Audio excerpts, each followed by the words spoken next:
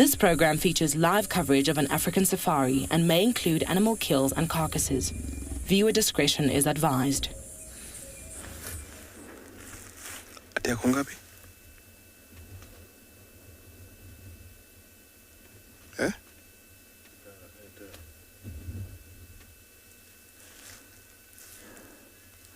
Greetings, and welcome to the Masai Mara of Kenya. We have Olalashe who is enjoying this afternoon breeze.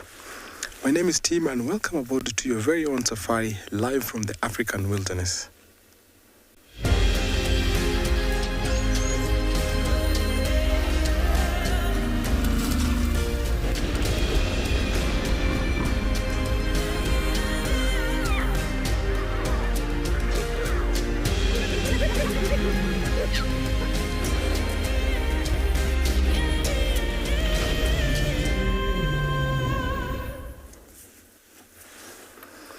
Good afternoon, Jambo, and a warm welcome to you here in the Masai Mara, where Olalashe has changed position and got to that spot. You can see his legs up. My name is Tim, and behind camera we have Big James. It's a little bit hot, about 26 degrees. That's the reason why he's come to an elevated place where there's breeze blowing over his body, and you can see his change side and actually wanting to make his stomach a little bit cool. Remember, we're coming to you live for your questions and comments. Tag Wild Earth on the YouTube comment section at FC. Our young viewers, kids question at wildearth.tv. Send us your question at our website, wildearth.tv.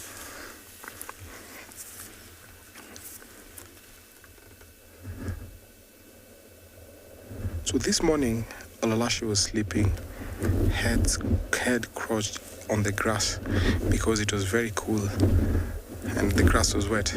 Now, look at what has happened. He's changed position. Now he's got to this place where the breeze is blowing. Look at how he's blowing his mane. And he is upside down. In the morning,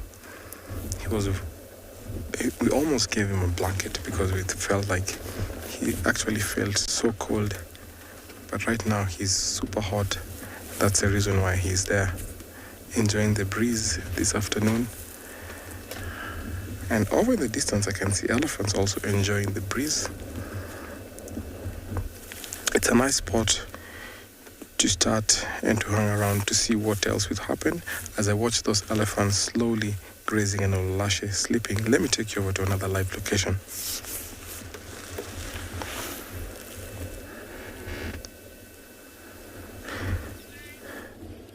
Welcome to a hot and windy day in northern Zululand. We have started our drive off in the open plains of the south of Phinda once again, and we've been lucky enough to come across this bunch of vultures, white-backed vultures. My name is Ross, and behind the camera today is Craig. And today our plan is to explore this area and maybe go revisit those 3 sub-adult lions that we found this morning who weren't doing much, and see if they may be up to something a little bit more active this afternoon. But for now, we're really just enjoying these vultures and seeing them sitting on the ground, very differently to how we usually see them soaring in the air. And if you have a look at them, a couple of them actually look like they're lying down or like spread out flat against the floor. And what they're doing is, because it's such a hot, windy day, they are using the opportunity to spread their wings and sunbathe. They're all facing towards the sun with their wings stretched out, and all the mites and parasites and ticks that birds have, they use the sun and sunbathing like this to get rid of them and to keep their feathers in beautiful, healthy working order. So this taking care of their feathers will enable them to be able to soar for such long distances and for such a long time on the wing. You can actually see the white back of the one. It's a white-backed vulture, so that's why it gets its name. But we are going to maybe stick here because there's a bit of water in front of us, and see if maybe anything comes to drink in the hot period of the day, and then we're going to carry on towards where those lions were seen. But for now, we're going to send you off to another live location.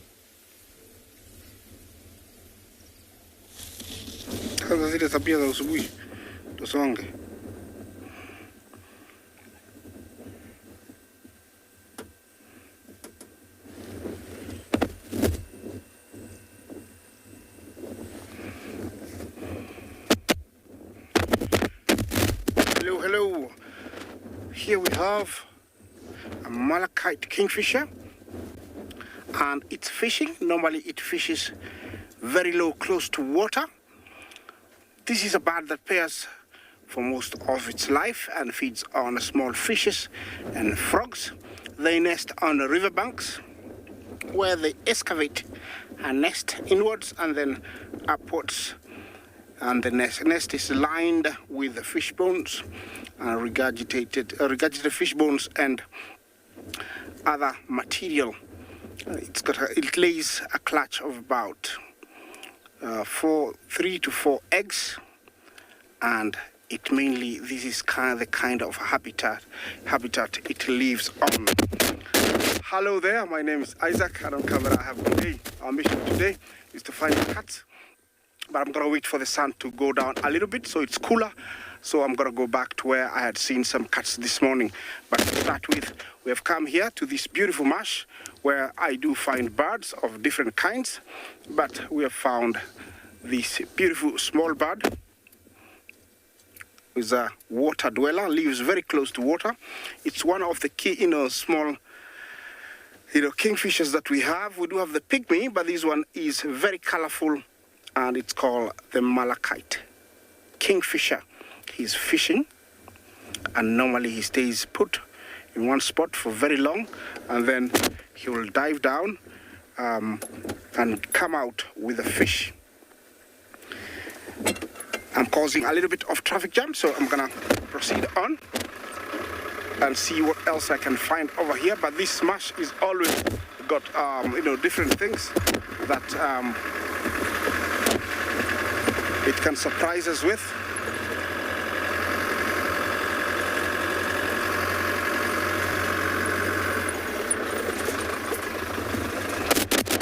Good afternoon and welcome to the Djuma Private Game Reserve side of your live safari. And what a bang! We're starting off with Olivia, the cutest of all spotted eagle chicks in the entire continent of Africa. Yes, my name is Lauren and I do have Gert on camera today, and it's a joy to see this little chick alone. Mama is not here. I don't know where she is, but we finally get a good look at Olivia. Now, she's not doing very much, to be very fair. She's, yes, resting, as always. Lying flat, but still, at least we can see the entire length of her body. We can look at the feathers. She's got her eyes open. When she's not sleeping, they're normally open, having a little look at us. And she's remarkably large. Actually, we were just discussing that on the vehicle. She's actually quite a big chick. Now, I think at this point she will be able to stand, or is starting to stand from the squatting position. But until we see that, we obviously cannot confirm it. So we found her on the 1st of November. And then it's now the 13th of November. So, of course, that's possibly 13 days, give or take, that we at least know she is. Oh, I don't think she's going to move much at all.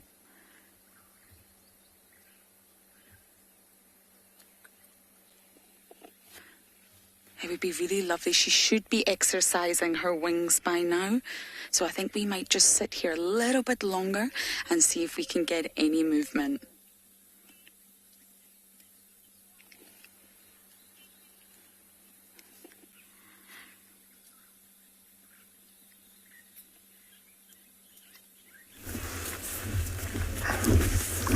Our lion is still enjoying the afternoon breeze. He's not left, he's not changed even position. I'm sure this is a nice place where he's going to spend even the next 2 hours here, depending on if something scopes him, but it seems like he's not going to change this position. He looks a little bit skinny, so he needs to find some food, or maybe join those 2 lionesses that we saw this morning, and they looked like they were on a mission, so I'm sure later on he might find some food from them, because mostly you find lions like this have an advantage when he walks into a pride area where there's lots of lionesses, because he's assured that there's going to be food supply constantly. In pride areas where you find 1 or 2 lionesses, the dominant male lions sometimes end up walking into other territories just because they also need food and they also need to expand their territories. So where there's lots of lionesses, you find that this male lion hang around there more than where you find few lionesses.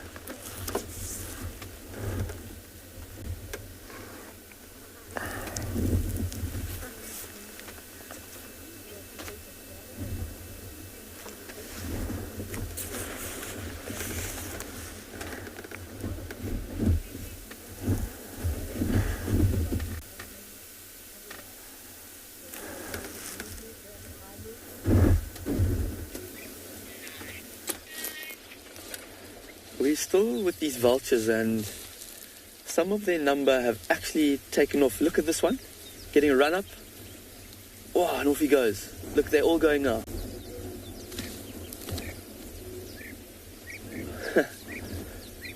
They're so heavy that they actually need to gather some speed and momentum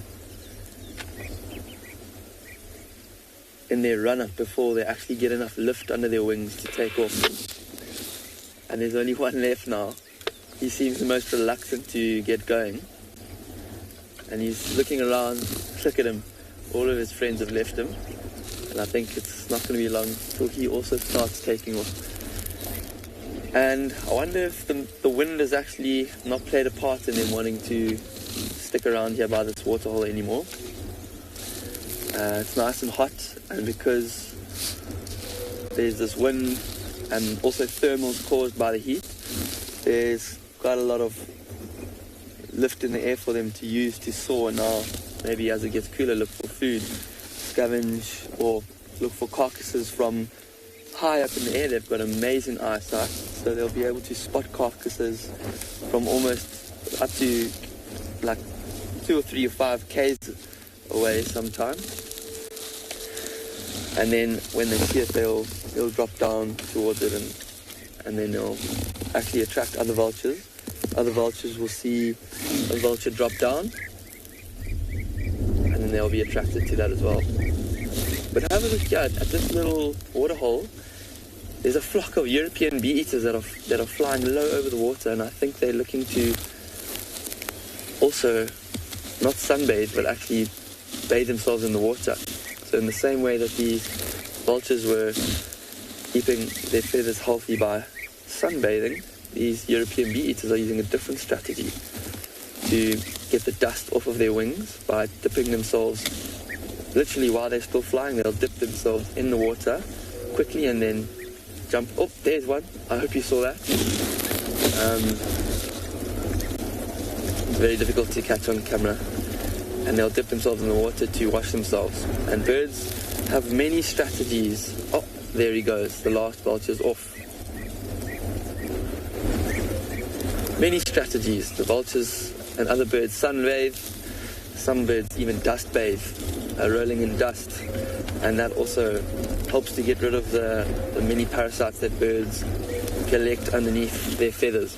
And all of this is crucial because if birds don't have feathers, healthy feathers to use, they won't be able to fly and do much of what they need to do to survive.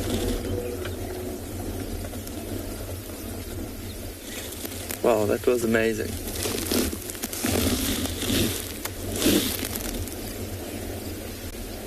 And there's still a few more birds around this waterhole. I don't know if you can see, there's an Egyptian goose.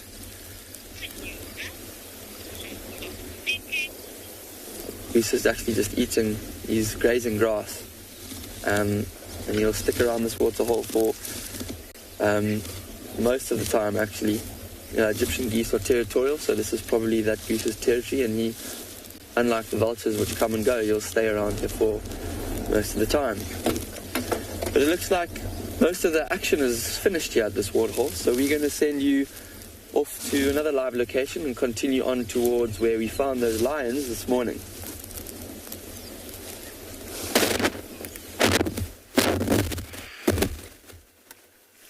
Well, here I have some lionesses who are doing what they're best at. They seem to have been struggling to get enough shade in that small shrub, and I think one of them is the only one who's got a very good shade. The rest had to do with whatever they could. I cannot really say exactly who they are, but from the territory they are in, they look like the River Pride lionesses. Remember, or I should remind you that these girls had some cubs, about 7 of them, and we haven't seen them for quite a while. There are 4 of them that have been hanging around together, but here I see 3, so one of the missing might be babysitting the cubs. Yeah, this is what they do best. About 18-20 hours of a day is spent sleeping, only spending 4 hours being very, very active. The last 2 days has been very chilly, rainy, and so they must be getting the well-deserved heat. It has become a little bit tough now for the lions and lionesses, or all predators in this area, because most of the game has left, the wildebeest and the zebra, and only a few are left, a handful. And some of these lionesses cannot trespass to other lionesses' territory. They risk being killed, and so they have to do with what is left, and mostly it is warthogs. They don't look like they're hungry. They just want to have their peace and nap.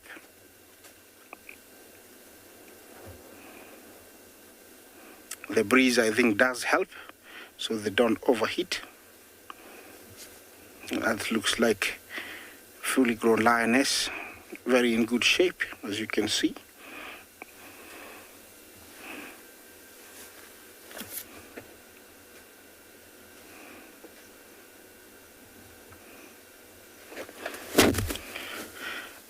Twins, I didn't get your whole name, but I had twins. If I could get it, but I'll answer you. Have we seen Fang since the last time he ran into the other two males, Olalashe and Kijana? No. I have tried. I've been trying to ask, but we haven't seen him with the two girls that he disappeared with. I hope he's safe. He didn't look like he was seriously injured, so he should be safe with those two girls. And maybe they made a kill, and being three of them, it must be enough. Yes, I haven't seen Fang at all. This looks like a much older lioness by the looks of the ears. So they are very, very tattered. She looks much more experienced. And look at those beautiful eyes. Resting like this is very important for lions, or mainly the lions in the predator family, because they do work a lot to earn their food. That is a very good frame of hind leg of a lion or lioness. I'll stick here for a little bit while we take you to another live location.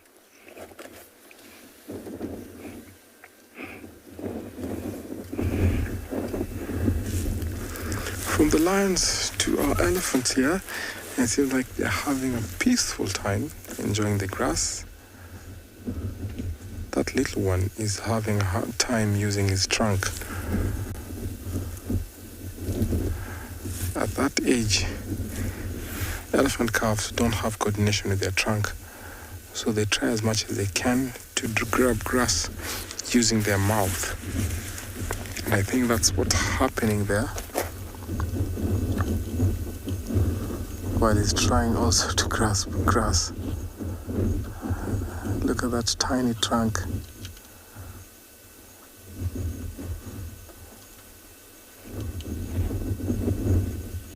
He's actually watching his older sister, but then he can't really grasp anything with that trunk.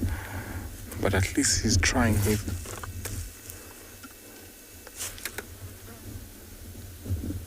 So most of the time you find that elephants will learn from watching the adults or other elephants how they do anything they can, from drinking, from grasping grass, from breaking twigs. Madwalu, they just watch and learn from that.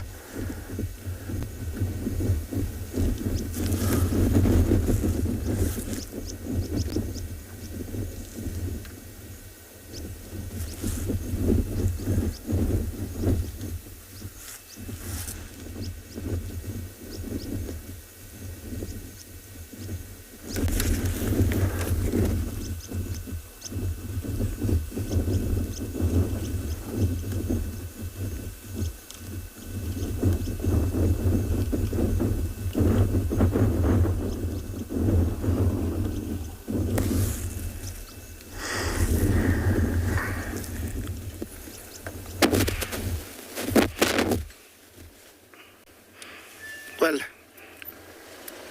soon or later the resting will be over, as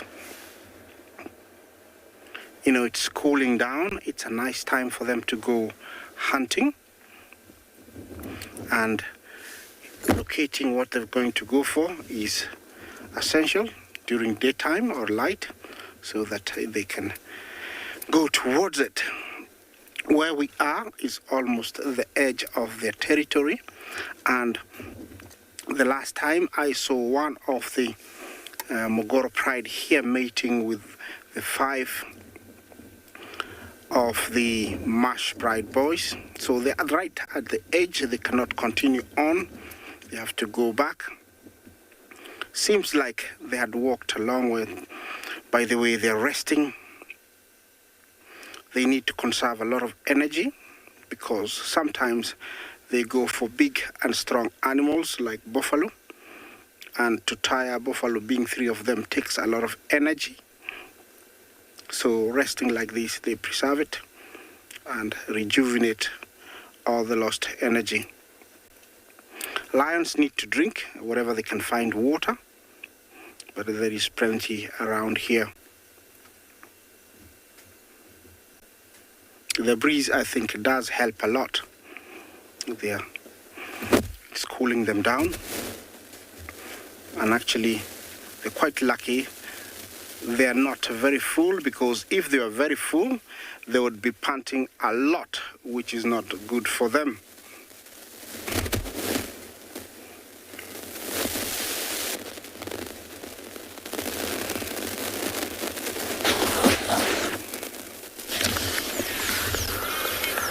Look at this beautiful group of male kudus that we found just down the road from where we were previously. Amazing, amazing, amazing. Look at the size of all of their horns. I think I've counted 7 kudus here all in total, and I think it's the most male kudus on Pinda that I've ever seen. It's just amazing. You often find 1 or 2 males with maybe a younger male along with them, but to see 7 very, very large male kudus with each of them at least 3 quills in their horns is quite unusual. And have a look at what they're doing. All of them are actually, except for 2, sitting down in the shade, and they're trying desperately to escape this hot, hot, hot day. And quite interestingly as well, they in this open area where there's mainly grass, and there's just these few trees which they are hiding underneath that you can see for quite a long way around. And I say this is interesting because kudus mainly, well, 95% of the time only eat leaves from trees or bushes. They don't actually eat grass, except if they're very, very desperate or if the grass is very, very new. So it's quite unusual to see them out like this.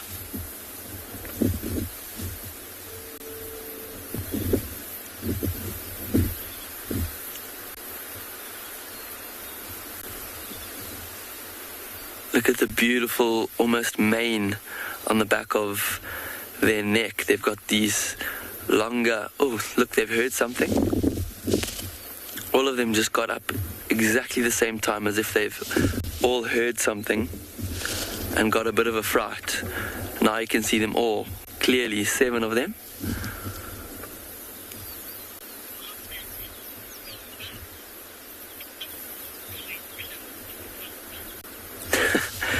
Yes, it does look like it's a kudu boys club. There's no sign of any females here. Looks like they just want to hang out with each other at the moment. And when kudu males do reach adulthood, that's what they do. They either stick around by themselves or they'll find other males to hang out with until they do feel the need to go and mate with a female. When they find out that she's an estrus, then they will go and... Well, there's actually 8 kudus here. They'll go and find a female to mate with, but then they'll not spend too much time with her. They'll come back and form these small bachelor herds or live by themselves once again.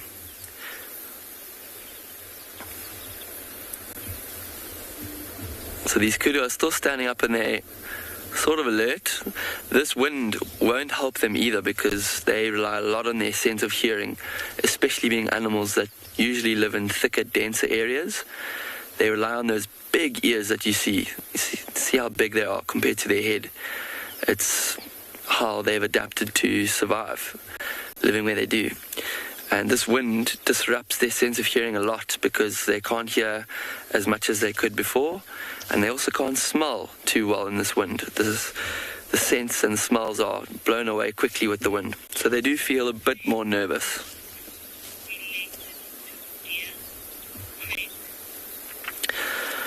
So Craig has asked whether kudus are related to deer. and they are related in some way, but not very closely. They are antelope. So antelope and deer are completely different sort of families. Kudu are in antelope family. They're related to other antelope like impala and nyala that we get down here and throughout Africa. We don't have deer in Africa, and the main difference between deer is that, and kudus is, and antelope, is that antelope have horns which are permanent. They grow straight out of the skull, and they don't fall off until the animal dies. So they're permanent structures. And antelope have antlers. Sorry, I'm getting this very wrong. Deer have antlers, and they fall off every year, mostly, and they grow this sort of fur on the antlers as well. So they're seasonal and they regrow their horns every year. And that's the main difference, but there's also quite a few physiological differences, and also just where they occur. Antelope and deer are quite different families. You see there's a warthog running around in the back of these kudus as well, looking a little bit stressed out too. Maybe he's heard something, or maybe the wind is just making him panicked as well. It's been amazing to see these kudu. They've relaxed now. You can see even a few of them are starting to feed on those leaves, and that's a sure sign that animals have relaxed enough again to feed. So maybe they've satisfied that there was nothing of any pressing danger around that they'd heard. But I think we're going to leave these kudu now and carry on to our mission, which is to find those lions again, and we're going to send you off while we go to another live location.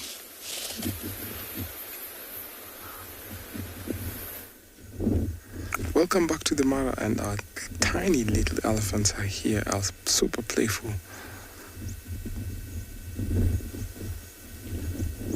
Look at those two boys. They always like playing like that because in future they're going to be moving out together. They'll be after adolescent age. They'll all walk out of these herds and go and form bachelor herds. So it's always nice when they play when they're young. They come on, brother.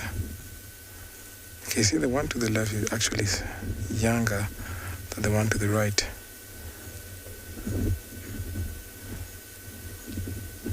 But he is going after him.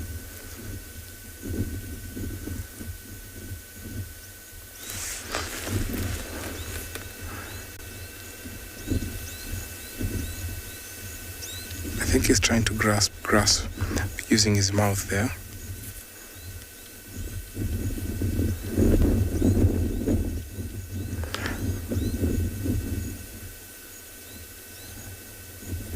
Come on. Mom is like, hey guys, what are you doing?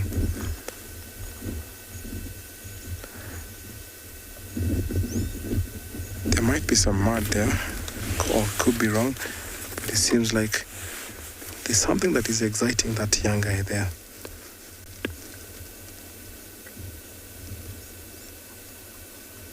Oh yes, there was mud. So I think he's trying to rub mud on his face.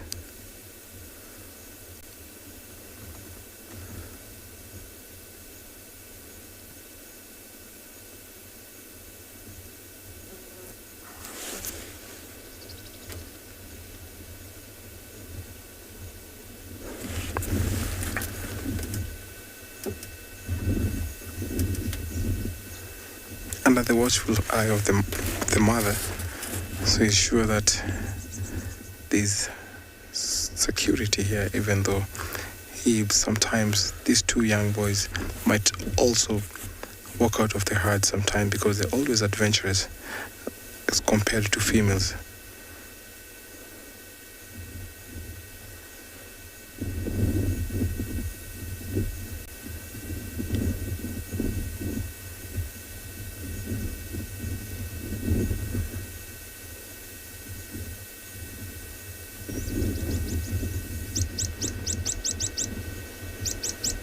That little one is still going out, not even stopping. So funny.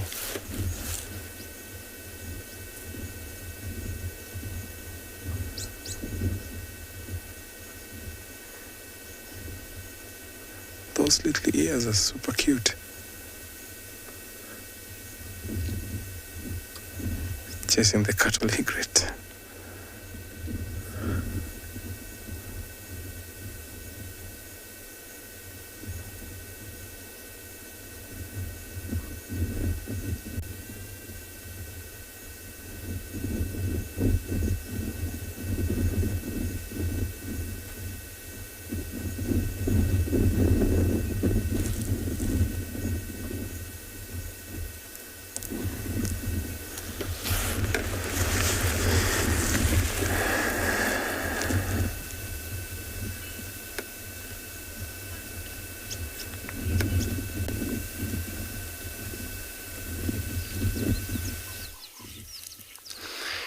Good afternoon, everybody. Welcome to Djuma Private Game Reserve here in Sabisent, Lawfield. Today we're sitting on a temperature of 31 degrees, 87 Fahrenheit. What a beautiful start of sighting of these few bulls of elephant. As you can see here, we're all getting dust. Looks like we're close enough to this bull over here.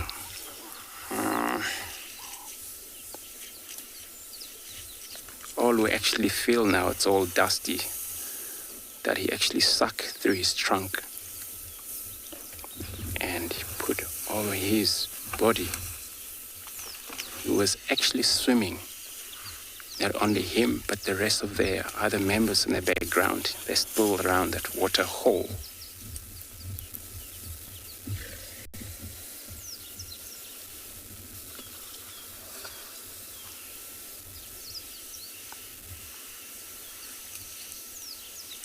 What a way of being out here in this during a hot day.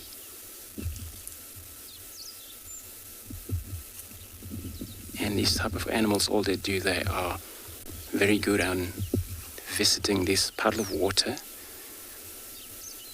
just for a cool off.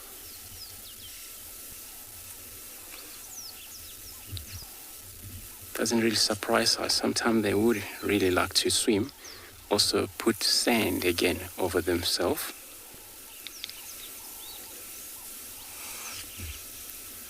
That is trying to cover the whole folders of the skin.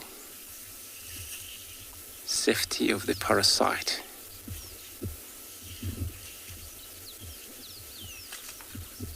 Everyone very close to this bull over here.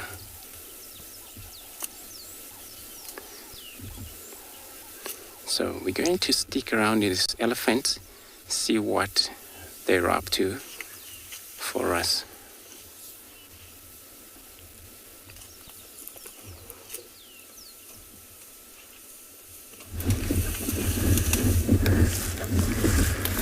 Look at all those cattle egrets. You can tell they're very much enjoying the insects disturbed here.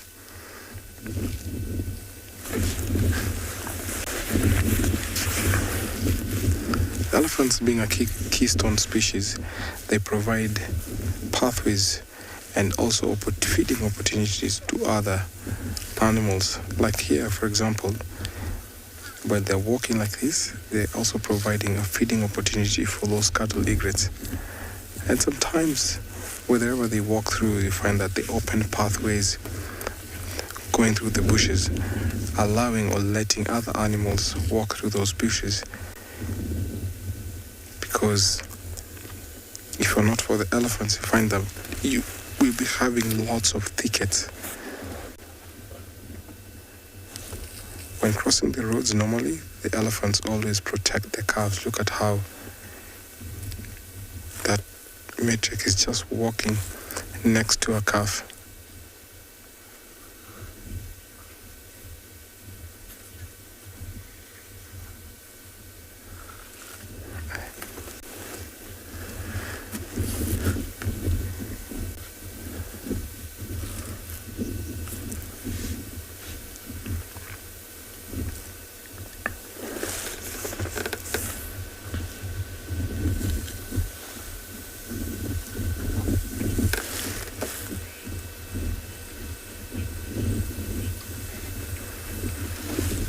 Thank you for your question. Yes, elephants will feel pain in their trunks. I've encountered times where elephants have been caught in snares maybe, and we can tell because of how they keep on, raising and trying to twist off their trunks. They're also animals, they are susceptible, they can feel pain. So definitely when something happens to their trunk, they will definitely feel pain.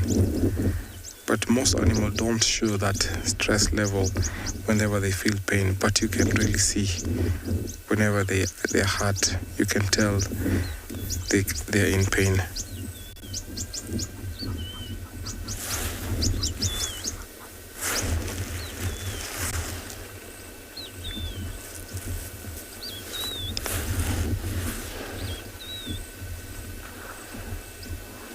So this is the first family today to walk to the escarpment. You can see they've crossed the road, and right in front of them, that's the Olololo escarpment, and that's where they'll all be heading to settle for the night. And then tomorrow morning, they'll do the same, returning back to these plains. As these elephants walk slowly towards the escarpment, let me take you over to another live location.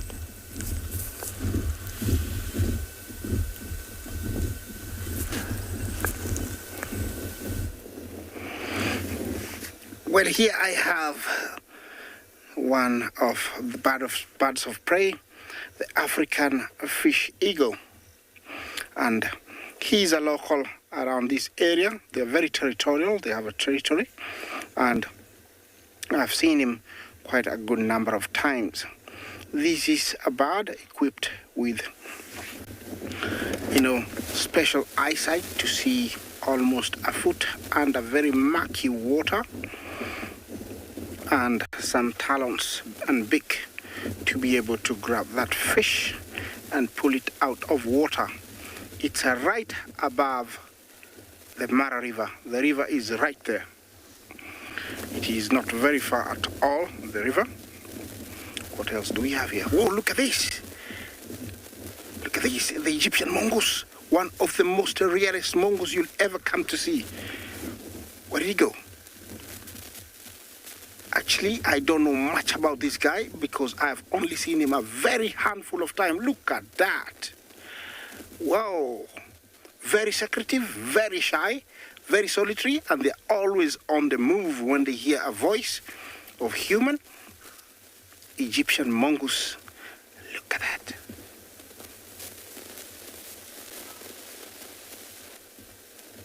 Yes, I think it's one of the best sightings for me to see that kite come and disappear that quickly. Very, very rare. Yeah, I'll be sharing more details about him because I actually don't know much about him because they're always running away from you. But I've seen them a good number of times around this area. They're usually in pairs, but you see one and then you see another one after a while. We're back with our fish eagle. He's standing right above the Mara River, and that is one of the acacia. I think it's acacia kiki, a tree with very many thorns to protect itself from giraffes and elephants. The fish eagle feeds mainly on fish, and you always find them in close to rivers or any permanent water source with fish and frogs. And they have amazing eyesight. They can be flying or they can be even a kilometer away and spot a fish. They normally swoop down. Mostly they say that they're coming from the sun side. They hide themselves with the sun, and so they fly down to catch the fish. But over here, I don't think that is an advantage. Here, the water is quite murky, and the fish, I don't think, see very well outside. So it's got an added advantage, the fish eagle. It's a relative of the American bald eagle, and we have a handful of them along the Mara River. Well, I think I'll leave you that beautiful sight of the forest and the fish eagle while I move on.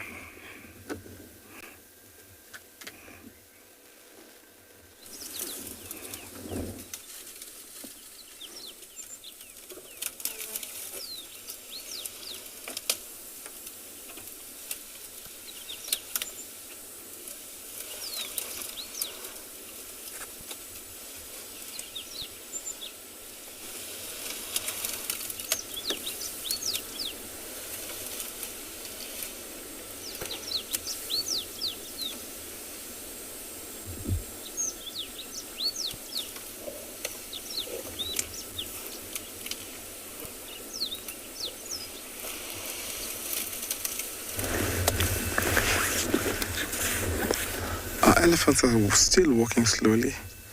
I like the way they graze as they're heading towards the escarpment. You always think that elephants might not climb, but I tell you, in the evening when you go back to camp, because our camp is situated just on top of this escarpment, we will always come across elephants in those mini forest there.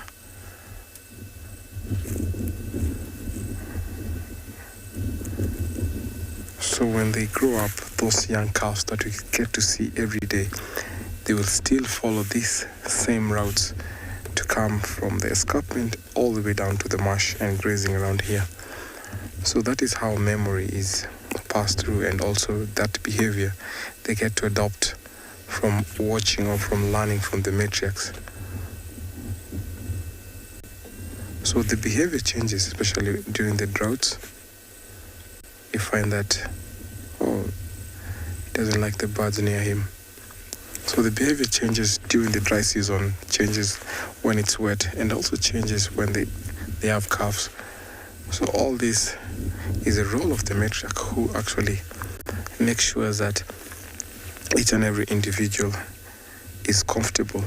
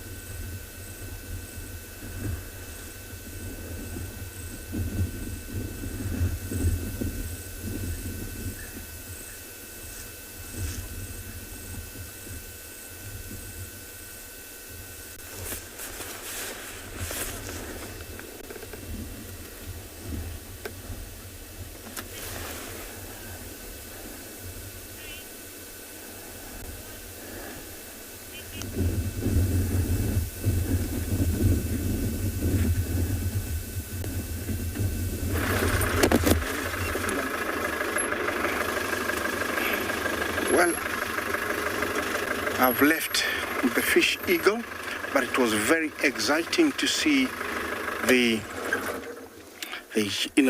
Egyptian mongoose, which is one of the largest mongooses we get here in the Mara, and can weigh up to 2 kilos, and they feed on mostly insects and small reptiles. I have another fish eagle. It's the pair of the other. And this one is on the ground. Believe me, it's not the same one. You might see the acacia cross where it is and the bird and think that I've just put it down. No, it's a different one. And looks like it's fishing. I have seen this one here before, and it got something, but we never knew exactly what it was. So it's definitely fishing because it's low on the ground, and maybe it has learned that in this spot it's always lucky, so it has come back to try its luck. Here the water is not as deep and it's not running, so it could be much easier for it to hunt, because you just need to spot the movement of the fish and not completely spot it and just go in and grab it. The view from where I am is also quite beautiful. Looks like somebody's getting some rain, and we have some rays, quite a long way, with the Olololo escarpment a long ways back there. And so, yeah, looks like we might be getting some rain later on. Hopefully, we'll stay dry.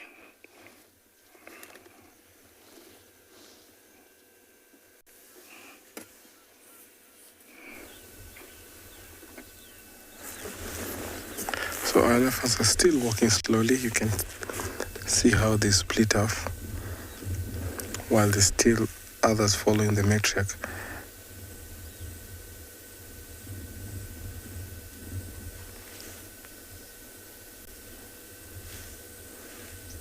There's enough grass over here, and thank God the November rains are here. The November-December rains are here, so they get to enjoy the lush green.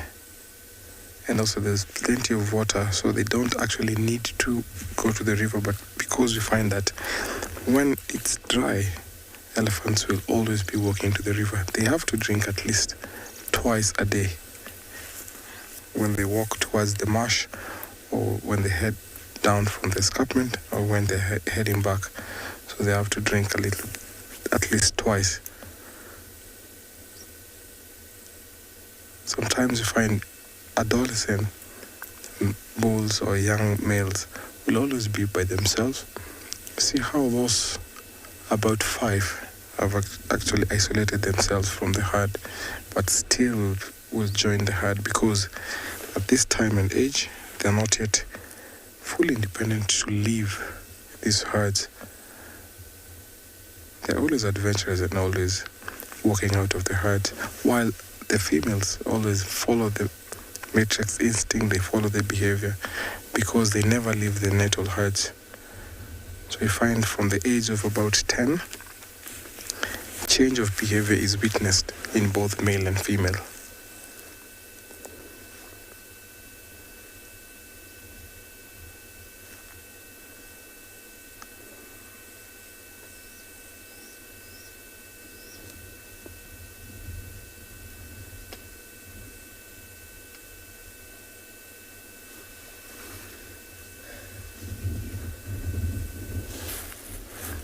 Because I can't see other herds actually coming to join this, to head to the escarpment, I just leave this small herd peacefully as I go out to find something else, taking you over to another live location.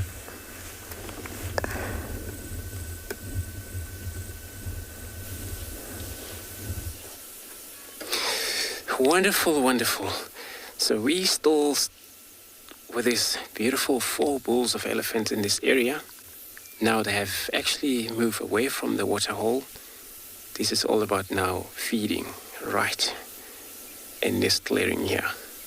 But they all seems to be separate apart. Now they're far apart, but there is a visual of them. It's one of a magnificent tuskers bull elephant.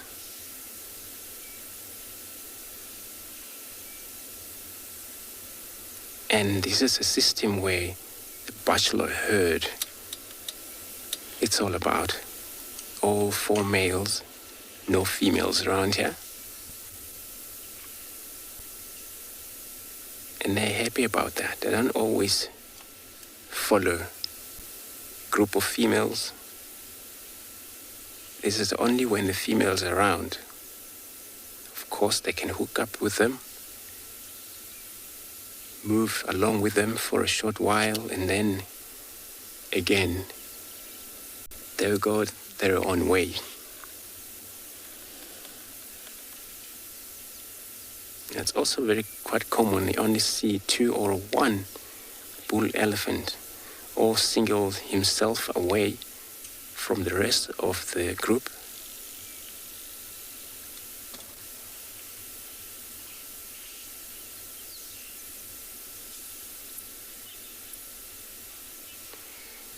So, looks like they're all going to come in this slightly open area. I'm going to take another moment here, see if they do come out.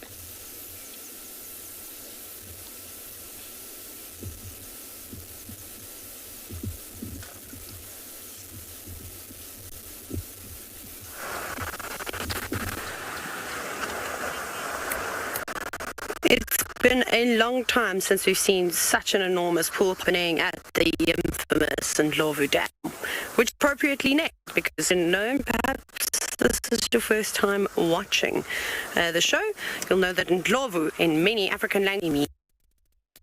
But my name is TAYLA MCCURDY, and on camera with me today is BK, and we are here at Pridelands Conservancy, which is part of Tswalu Game Reserve and the Greater Kruger National Park. But I'm sure you are way interested in watching what's going on at Ndlovu Dam. So it seems like it's not just the boy last few days, but there are some elephants. There's a breeding herd here too. In fact, my favorite herd of elephants. Maybe we can find some of the little ones. I can't tell you how magnificent the sighting was earlier.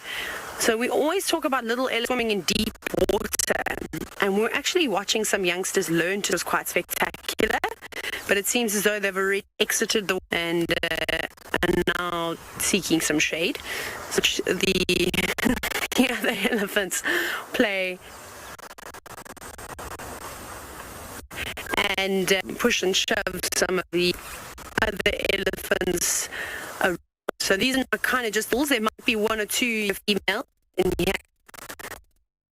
Elephants somewhere. Actually, one of the elephants that we're watching that's engaging in a bit of a.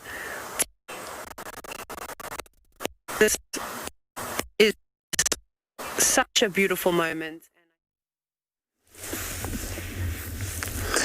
A very slow pace for these elephants, as because they have calves who need to be taken on a very low pace because they get tired often, and it's a long walk from the escarpment down to the marsh, and it's a big climb up there. So the matriarch is getting them prepared before they go up on a climb, and it seems like it's going to rain, so they have to take a little bit of a walk before settling down.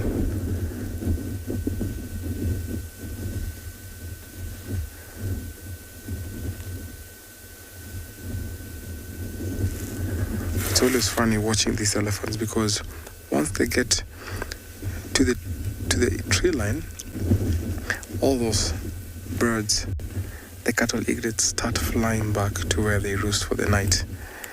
It is always a very nice behavior watching them follow these elephants towards the forest and then start heading back.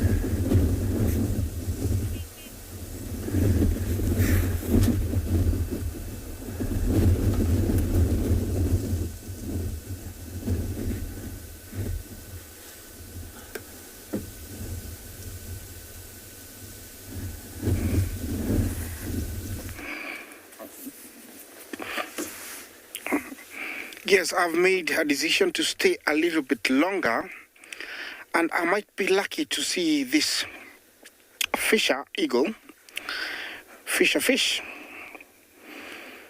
They normally hunt from one patch like it's doing right now. It will stay there for very long, sometimes hours. Hopefully I won't have to spend that time here. And then when there is something to go for, you'll see it start, like moving the head slightly, and then it will dive down and grab it or fish it out. This is a bird of prey found from sea level almost to 3,000 meters. And they appear for life, like I said, can be very vocal. As we wait, maybe I'll play you their call. And when they normally call, usually they stretch their necks upwards. It's very, very interesting.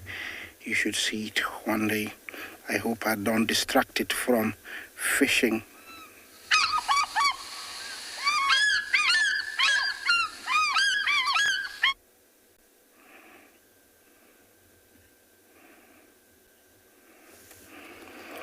Rosaline, how good is a fish eagle's sight?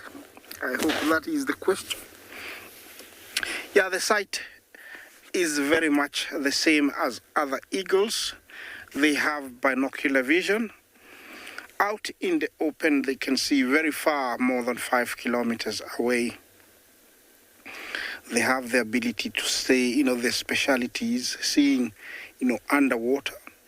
And they have actually a third eyelid called the nictitating membrane that cleans the eye when they dive down, into the water, so they can continue to see as they fish out the fish. So they have a very amazing eyesight. Looks like he's starting to get restless, so I don't know if it's something that he has spotted or it is me talking, so I have tried to tone down if it's me, so it can forget and continue with its business.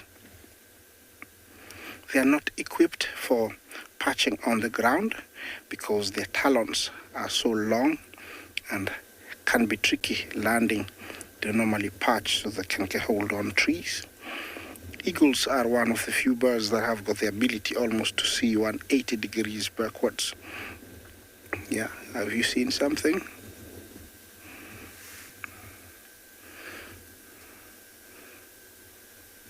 Between male and female.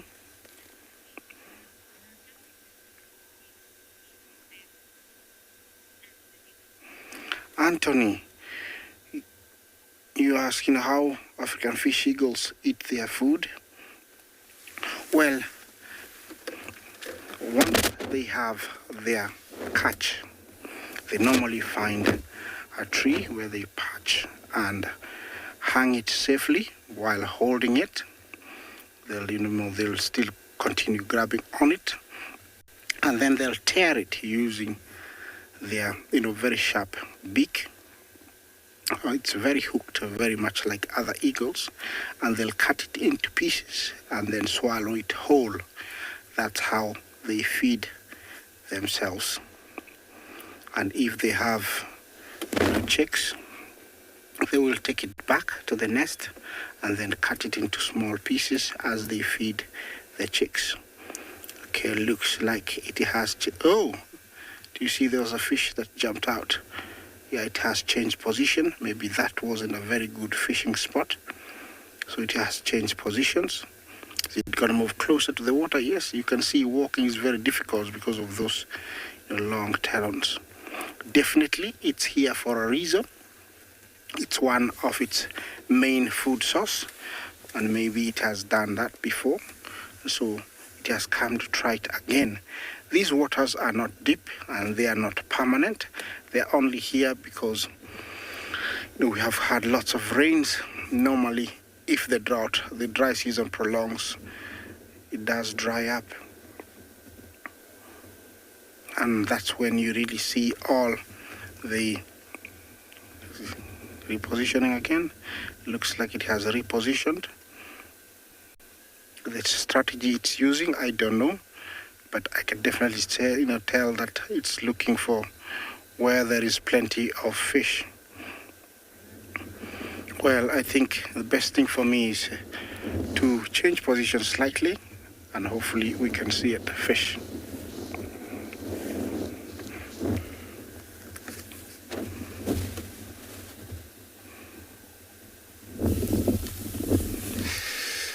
Great, hopefully you get luck there with the fish eagle. We still haven't moved from this last position with this beautiful bull elephant, which they're still doing their best of feeding around here. And it was so amazing actually get to find them there doing their mud, pouring on their body for cooling off.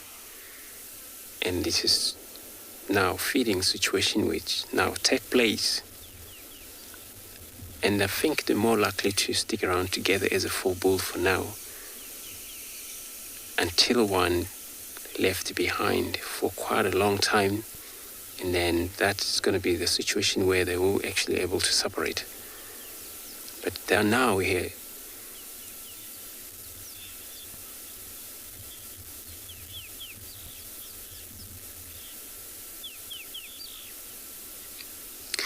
Square is back. Yeah, it's true.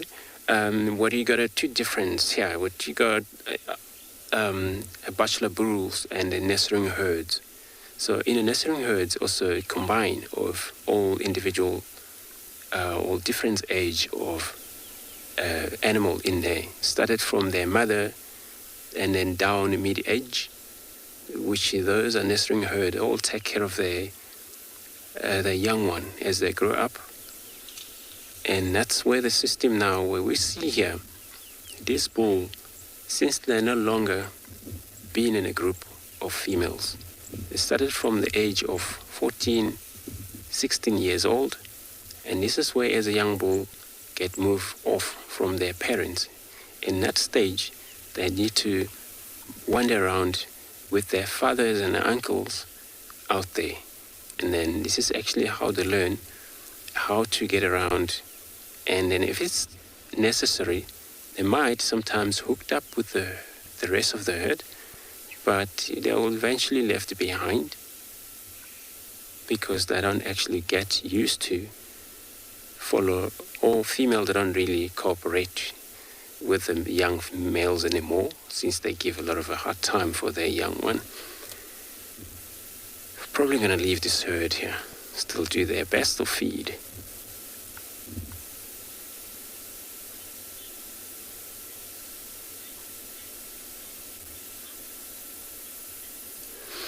Rosalind, so you want to know when do elephants go on to in a mast? So especially fully grown bulls, they start at the age of anything from 25, 30 years as a male. And this is where for them, their reproduction status takes place from there. But 25 years then, they're not actually able to mount yet, since they don't have a chance. Probably still a lot of male, depending on how many males in the area. But until then, this is where it continuously. Sometimes maths only last about probably 4 days, sometimes 5 days, 7 days, and it disappeared. But again, it will be able just to rise every now and then if that animal doesn't find a mate. Remember, they produce a lot of a kind of a chemical, which is a kind of a punching smell coming out of these urines, and then also the temporal glands, where there's a temporine systems opens up, sweat shows off, and that smells attracts a lot of females that are around. They were able to communicate with them, able to follow one another.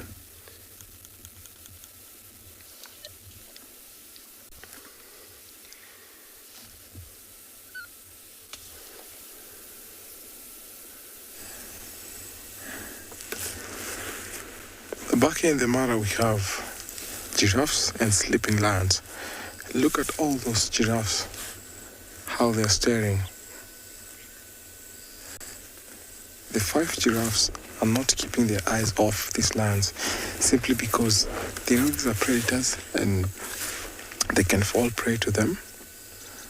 And that is what has made us see these lions. Because driving off from the elephants, I saw this giraffe staring at one direction, and that will really tell you that there must be predators here.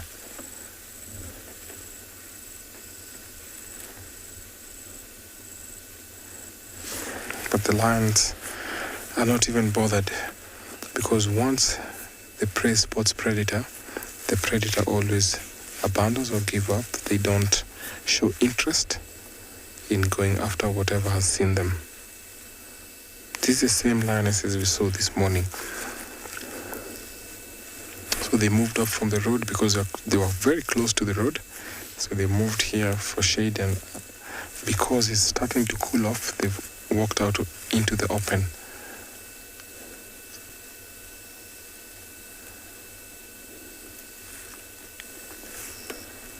The reason why giraffes will always associate themselves or other animals will like being in the company of giraffe is because of this. They have a good height, they have very sharp eyes, so they can watch, they can see predators from a long distance away. So alerting other prey within their vicinity.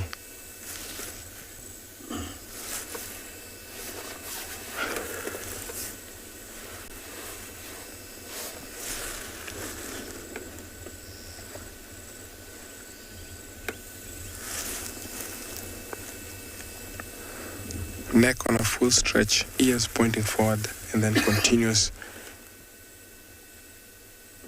tail wagging. That is an indication that there's a predator.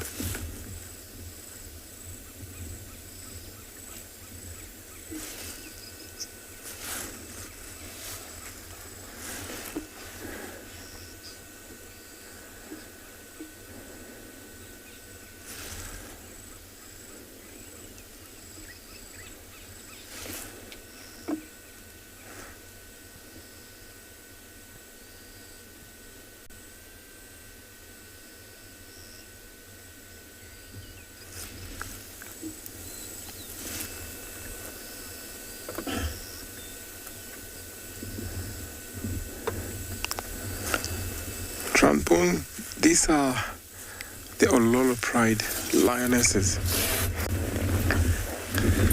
So the one that is missing here, because they walk in three, there's one with a collar that is missing here.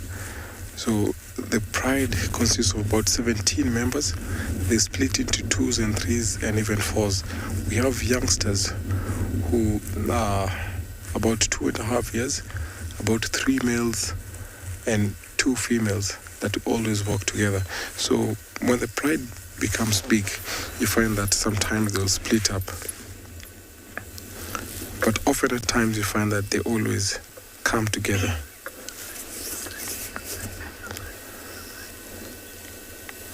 After they're sure that these lions will not be waking up soon, they might walk off, but it seems like they still want to investigate. Excuse me. To find out what's going on. You see, she's getting closer and closer.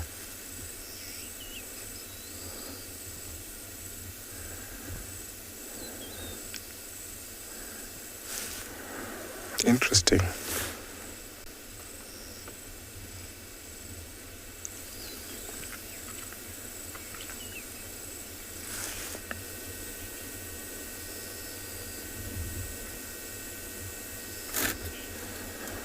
Beth, thank you for your question. I think I saw Bahati's mother mating with Olalashe about a week and a half ago. So I'm not quite sure if Bahati is around. But if he was around, then the mother has maybe hidden him somewhere safe. But sometimes you find that lions will play what we call false estrus to mate with lions to make sure that those cubs are not killed. But not quite sure if Bahati is there. But we'll keep on posting and updating on whether we see Bahati.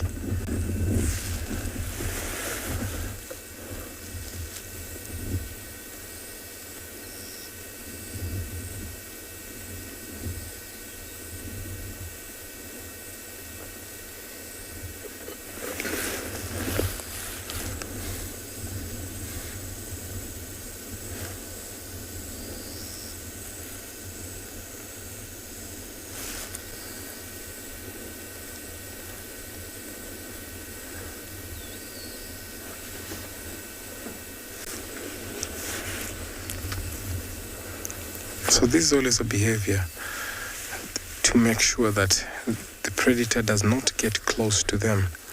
So if these lions wake up, they'll definitely not go after the giraffe, but head off a separate or a different direction.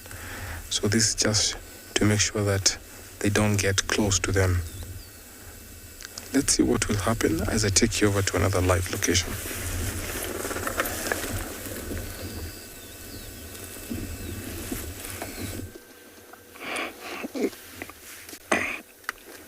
My fish eagle is still in the same position. He hasn't caught anything, and I don't know how much longer, he or she has got. It's sometimes very difficult to sex, these, birds, or to find out who is who unless they are together. Females tend to be bigger than males, so I don't know if it's a she or a he. I'll go with a she. So she's gonna stay there for very long. They have to be, these birds can be very, very patient. They hunt from one patch for a very, very long time and waiting for that one chance when, that fish comes to the surface, and then they'll grab it quite quickly. This is another one of the aquatic birds. We call it the common sandpiper, always found at the edges of rivers, lakes, and even oceans, feeding on small insects, worms, and even small fishes.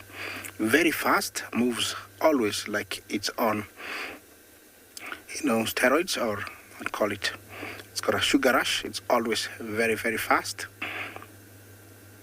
There's plenty of it to feed on there, and they're usually in pairs, so the other one is not very far.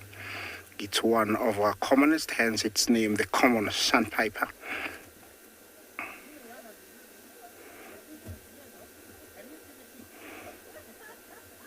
It's very busy, trying to get as much as possible. It does fly, but to feed, it has to be on the ground and very close to a water source. Well, that was nice to see something different. And our eagle is still in the same patch. I don't know how long she was here for before I arrived, but we have been here a good over 25 minutes now. Still hasn't gone for anything, but they always are very successful. They always need like one chance, and they will get what they need. I'm sure it does know that the size of the fish in these shallow waters are big enough for it, so if it gets one, it will be enough. I believe, because they're very territorial. The other one we saw earlier, if you are with us, was the partner. Yeah, looks like it's very focused down towards the water, but I don't know if it's time for it to go and get one. So we still have lots of time to see if it's gonna get something.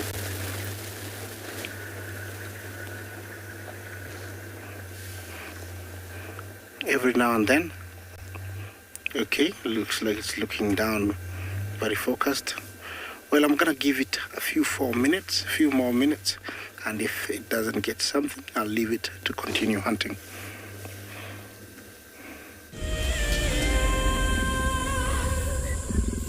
This is where I will talk all of this. Wonderful. Now, beautiful bull impala feeding in a shade. What a beautiful choice for such an antelope. It's still quite warm for them to be able to move around in the open sunshine. But probably he's going to eventually go down to drink, which waterhole's not far from here. The nearest waterhole, this is where we found that elephants doing mud bath.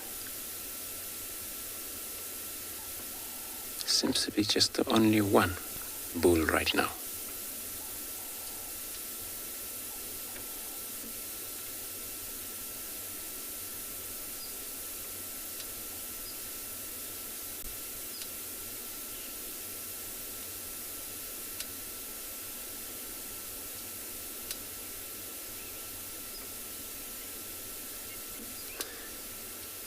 So it looks like he's taking his time there in his shadow because it's quite beautiful for him to be.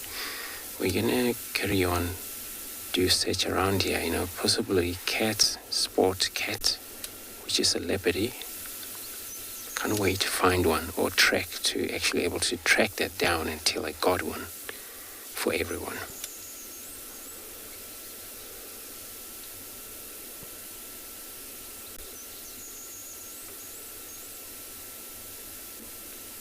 It's probably that, still quite hot, for cats to come out these days like that. But it's going to cool off soon. And we're going to visit one of these water holes again, just to see what's going on. Hopefully they come down to drink while we're around there.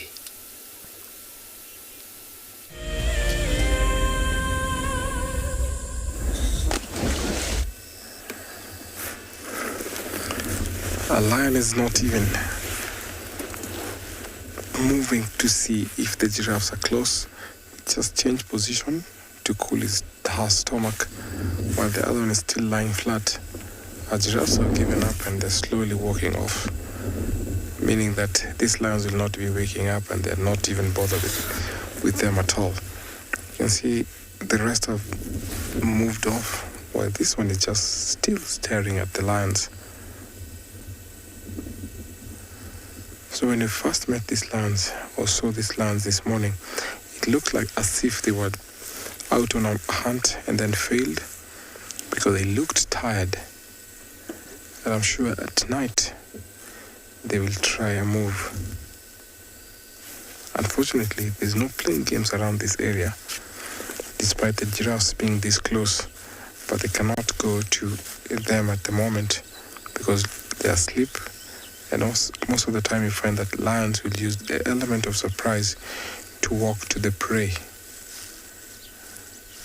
She's given up, knowing that the lion is not coming anytime soon. So they'll carry on their mission and go and feed.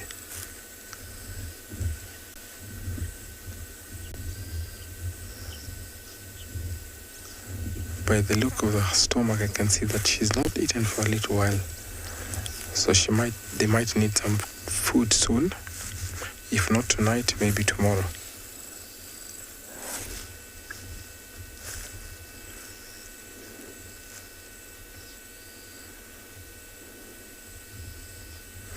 It seems that it's just the end of the mating because Olashe is not close to them anymore.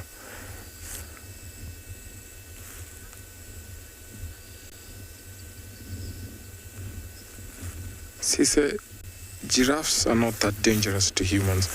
They're always docile because when giraffes see humans, they will tend to walk away from them.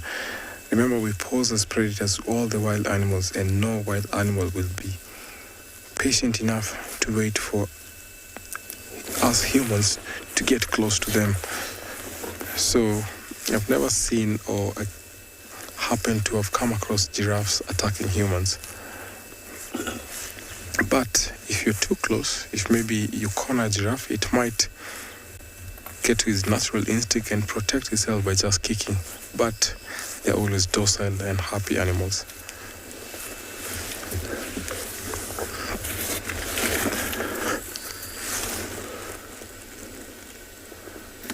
See, they've all walked away to go and feed. It's time for them to go and feed because you only see them feeding in the early morning hours. And then late afternoon, they take time to rest. And in the evening, giraffes are browsers, so they always eat leaves on trees. But one time and again, you find that after the rains, they might eat the fresh sprouts of grass that pop out on the ground. But often, giraffes are typically browsers.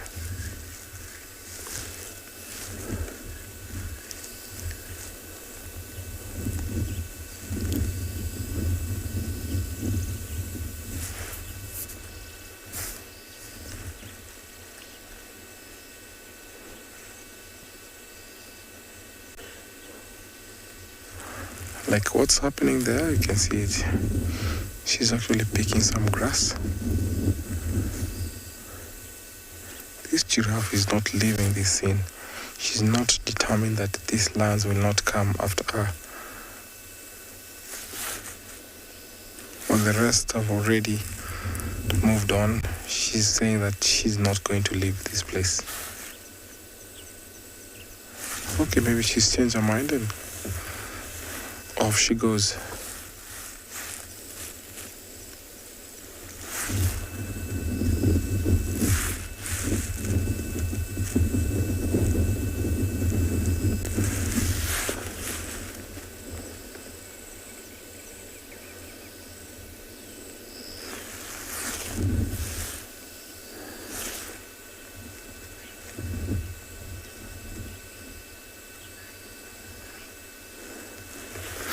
Rex, the giraffe are not too big for these lions, but it's only that these two cannot be able to handle them. So sometimes you find that when giraffes are drinking, they always have to be worried because they have to splay their legs and bend their necks down to reach on the ground to drink. In that time, or in that instant, one solo lion, one lion can actually get that giraffe and pin it down. But to isolate this, they have to be at least 3 or 4 to be able to bring it down, because giraffes are really fast. They can run about 56 kilometers an hour, so they can outrun these lions. So they need superpower at least to isolate and then bring them down. These are not big giraffe as compared to sometimes when you find big bulls who will sometimes be brought down by actually 8 to 10 lions.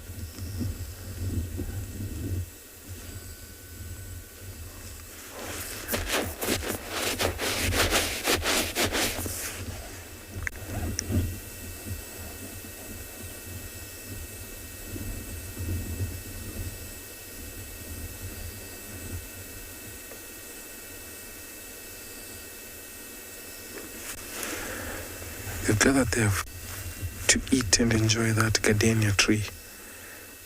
You can see the browsing line of that gardenia. We find that they're the only animals who can reach that height.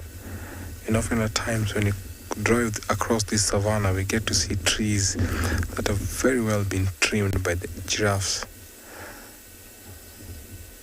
Sometimes elephants can reach to a greater height but here we don't have that much stress of food, where you find places where it's normally dry and elephants will have to reach or compete with giraffe to get high enough to get the leaves.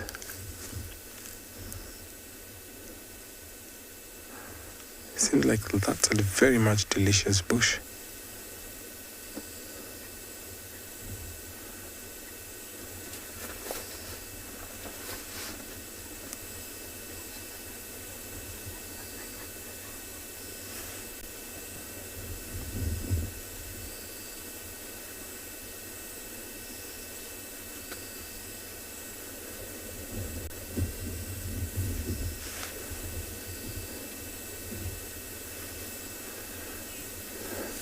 As I continue enjoying that tower, feeding on that gardenia bush, let me take you over to another live location.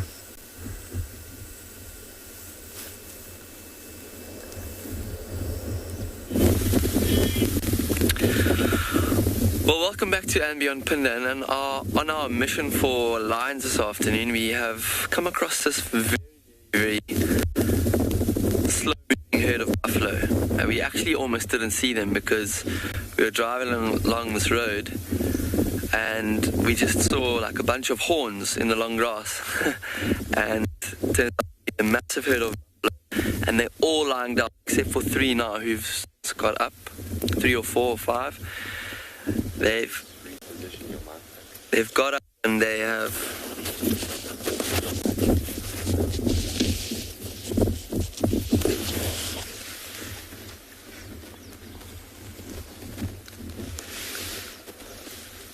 Sorry, just had an issue with the sound. The buffaloes, I think a few of them have just got up when they heard a car coming, and I think they might settle down again. And because of the wind and the sun, I think they're just taking their time now to try and get out of the wind as much as they can. Lower to the ground will be a whole lot less windy because there's bushes and there's grass to break the wind a bit. There's not so much wind so low to the ground either. And they'll feel a lot more comfortable sitting down now. Quite surprised that they haven't found anywhere shady to sit though. Would have thought that in the sunlight they would have found somewhere more shady.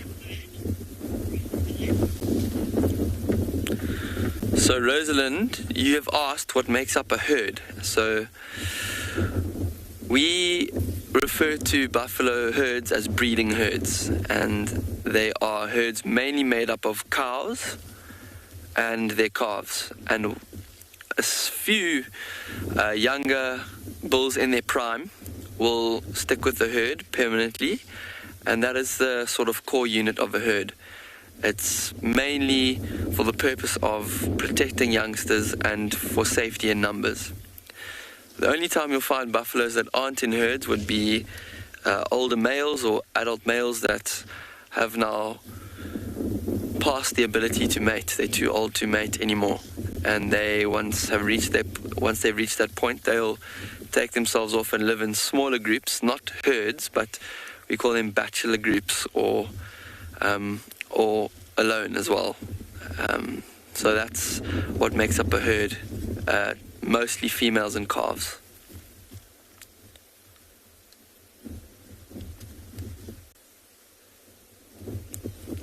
You see some of them are flicking their ears and wagging their tails. It's not because they are excited, it's because there's lots of flies around, and the flies would be a constant irritation to them. Maybe not so much in this wind, which is probably one of the only advantages of this wind, but they still are being slightly bothered by some flies. And in this herd, we are talking about males and females. So if you have a look at some of the individuals in this herd, you can see they've got quite slender horns, and in between the horns there's fur. The horns don't join together on the forehead, whereas some of the individuals in this herd have much more thick horns that join in the middle and create this kind of bony helmet over their head, which we call the boss. And those are males. So that's one of the ways you tell the difference, other than checking between their legs. But the majority are females. And have a look at most of these animals. These buffaloes are actually chewing, although you don't see any of them feeding. They're just slowly chewing, and they're actually chewing food that they ate maybe hours before, that they've swallowed and kept in one of their stomachs, because they've got 4 stomachs, and then they regurgitate it up later to re-chew to aid in digestion. So this kind of digestive system is called the ruminant system, is very efficient at digesting food, because the food goes to 4 different stomachs and it's chewed twice. So it's very, very, very efficient system. They get a lot of nutrients out of their food, and that's why they are constantly chewing, and it's called chewing the cud. And yeah, I think we're going to leave this buffalo herd to rest while we carry on to look for lions. We're going to send you off to another beautiful African location for now, and see you later.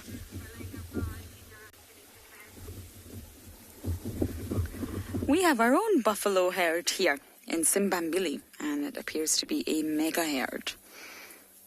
Now, I want to apologize about earlier when we were with Olivia. Our camera decided that it had heat stroke and would not work or function as a camera. And it is Friday the 13th after all, so we've decided that we were Freddy Kruegered. Okay, that's not funny. No, it's not. But we do apologise. Our camera's back in action again. The cameraman's back in action. And we've came over to Simbambili. We've came across this huge herd of the beefalo.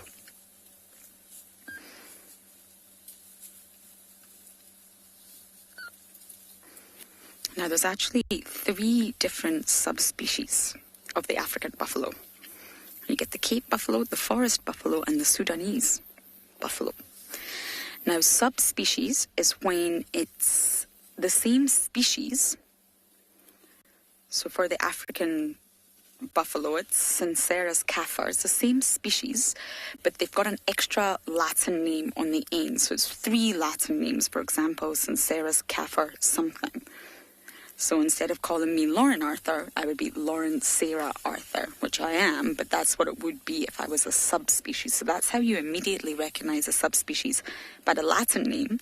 And it's when you have a species that has been separated across geographical regions. So they're found in different geographical areas. They have their own distribution, and they'll start to sort of evolve through natural selection. Sorry, I love it when buffalo look at you with grass in their mouth. Unique characteristics to adapt within that specific area. So leopards, for example, Panthera pardus, have 9 different subspecies.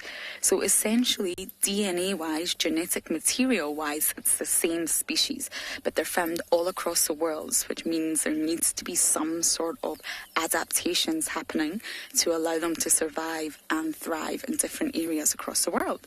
So there's 3 subspecies of the African buffalo.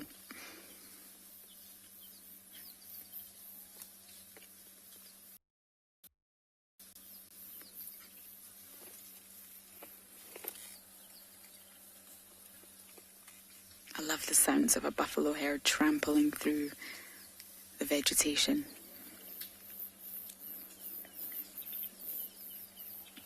Now you also get the water buffalo, but that's a different species. And it's in the same family, but it's a different species.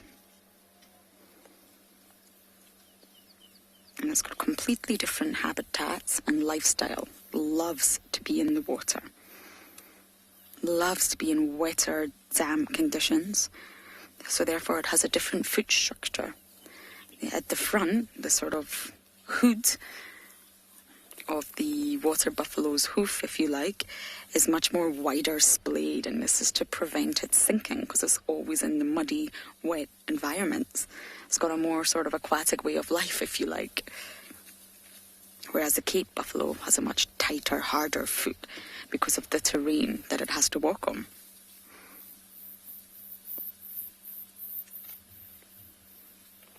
Very similar social structures, though. And the Cape buffalo is said to be far more aggressive. They have got a really bad reputation for being aggressive out here. Whereas the water buffalo is said to be very relaxed, almost domesticated.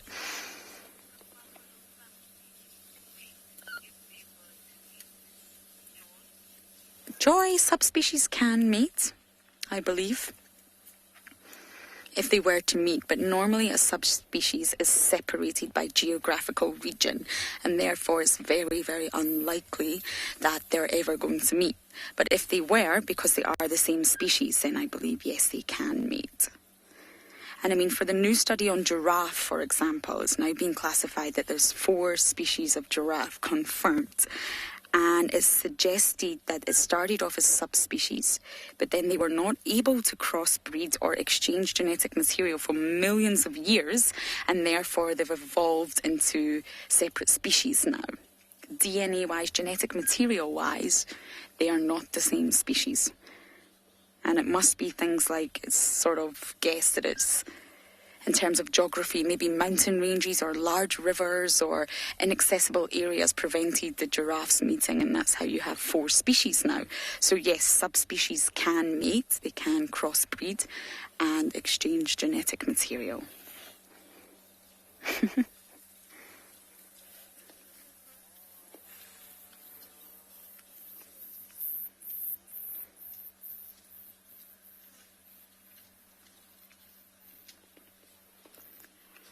I think that might be the last of the herd now, possibly.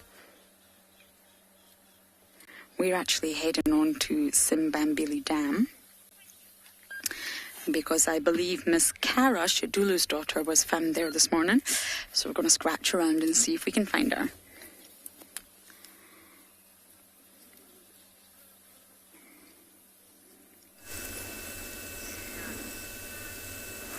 Welcome back to our sleeping lions, and it seems like they found a very nice place, because the only thing they're doing is just turning around, getting the breeze to the stomach and their back, and then getting back to the same position. The giraffes have left because they saw that these lions were not after them. Then they ignored them. The lions are sleeping, so they've actually wandered off to go and feed. So maybe in the next half an hour, these lions will wake up and start carrying on their mission, because lionesses sleep less time than the males. You find that on Lasha there can even sleep up to about 14-15 hours, while lionesses can sleep up to about 12 hours in a day.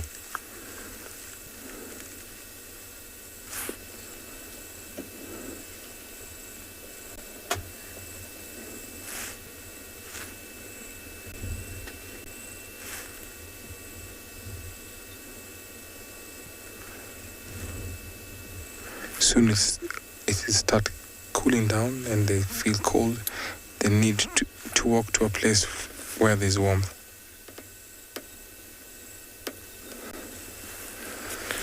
I didn't get that name quite well, but let me answer the question. How big are lion paws? Lion paws can be about 11 centimeters. 10 to 11 centimeters on the front paws, and then on the hind they can be about 8 to 9 centimeters wide.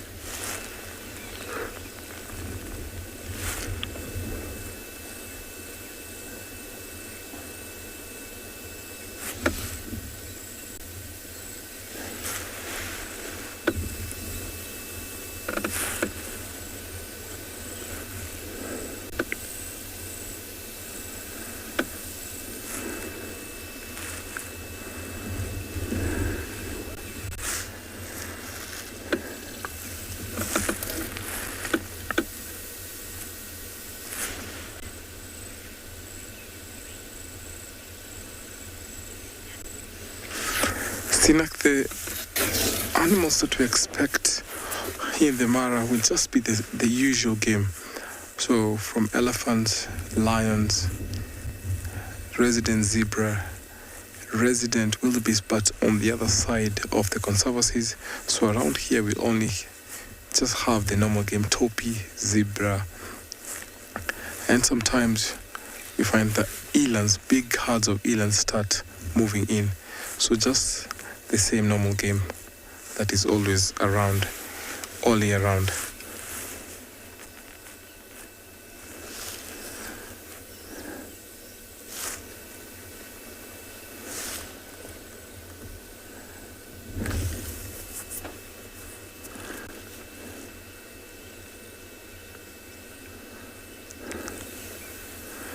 I'm still going to hang around here and see what will happen when these lions wake up as I take you over to another live location.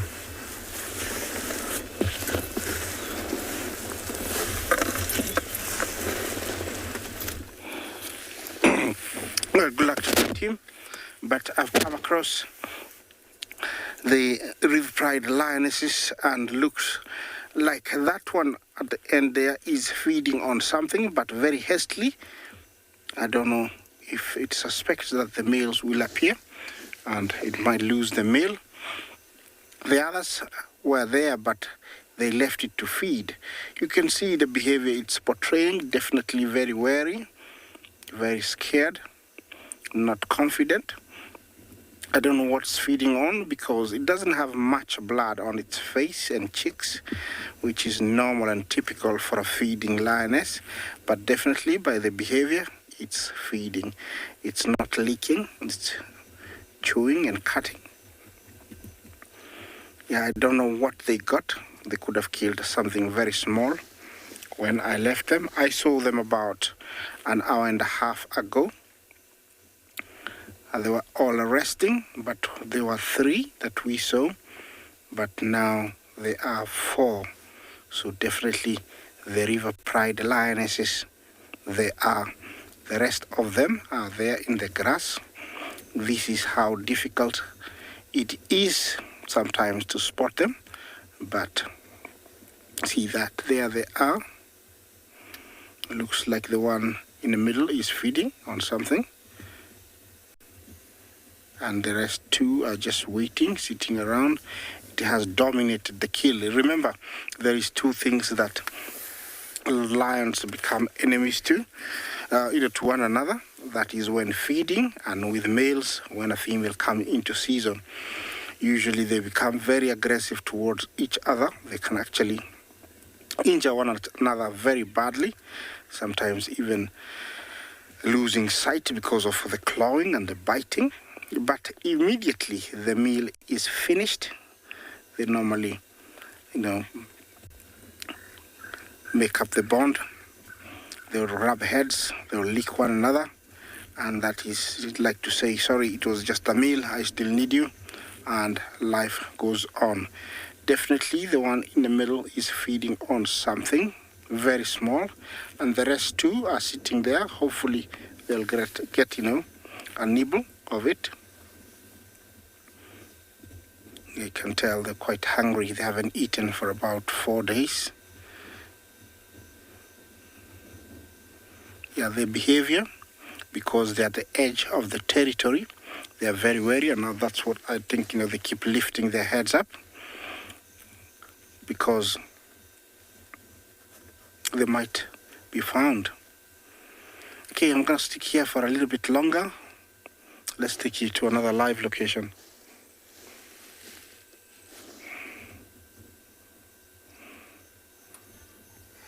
The goslings of Simbambili Dam are here, and I'm very much hoping that they're going to play with their hippopotamus friend. Unfortunately, there were 9 last time. There's 8 now, which is still good news. Oh dear, that's Rexon. There we go. And apparently there's quite a spectacle that happens here between the hippo and the goslings. The hippo seems to really enjoy playing with them. Now, I've never seen it, but I always come with anticipation to witness it. They're both heading in the same direction as one another.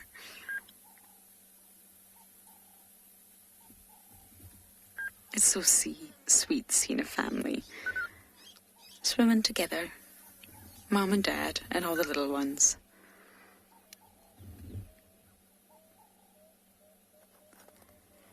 Now, I believe Cara was here this morning and she got chased off by a zebra. Yes, zebra. There's quite an interesting video circulating. So I really do hope to find her, but she's quite a skittish leopardess. She's young, she's quite nervous.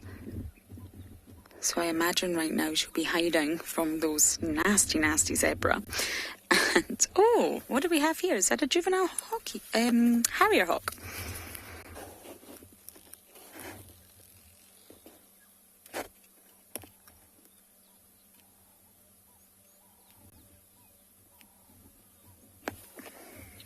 I think it might be.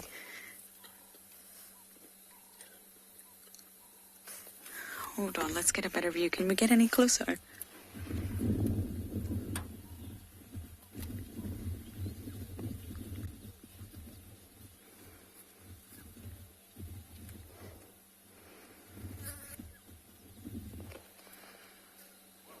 I can't see which bird this is from here. Oh, we're missing a big yawn from the hippopotamus.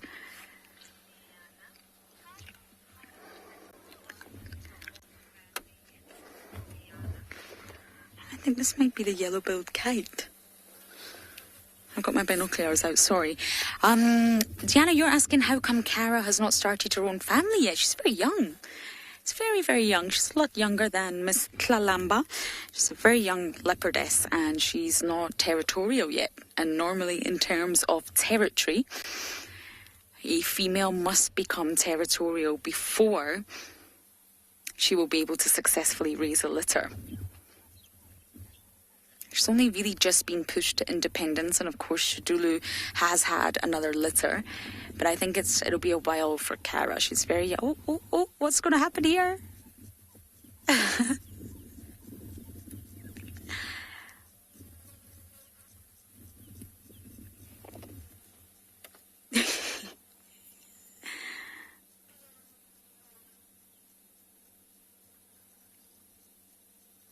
Are we not going to jump on the hippo's back? No, why not?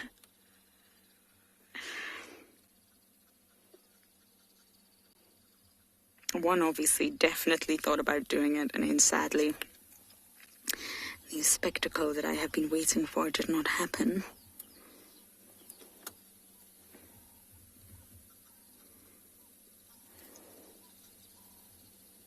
They're just crossing the dam from one side to the other.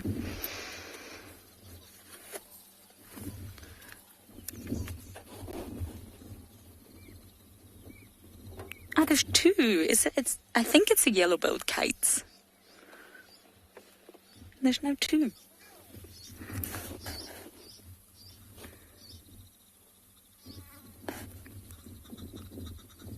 How lovely.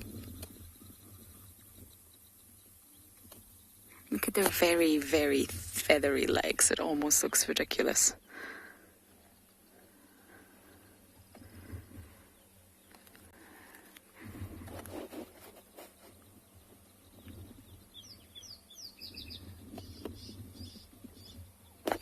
It'd be lovely to get a closer look at them, but sadly we're right at the other side of the dam, and the hippo's been rather entertaining.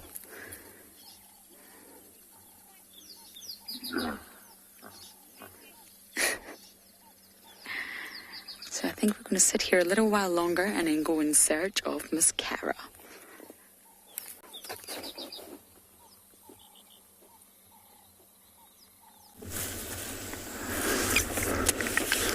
Our lions are still sleeping, but I'm sure they'll be waking up soon because it's starting to get cold. I can feel the breeze here. I'm actually thinking of adding a layer. So these lions might also do the same, move off from this area. I can see how she was flicking her ears.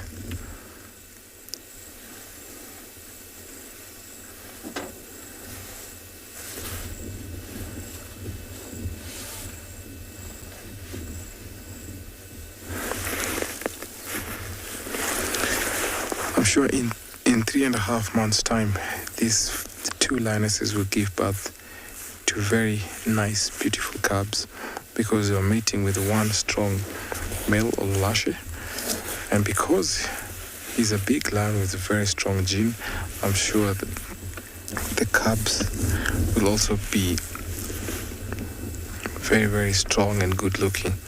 So the advantage is to have is when they give birth together, because we find that in a pride, lions will come to a synchronized estrus where they'll all mate at the same time. So when they go out to give birth, so they'll actually help or assist each other to babysit.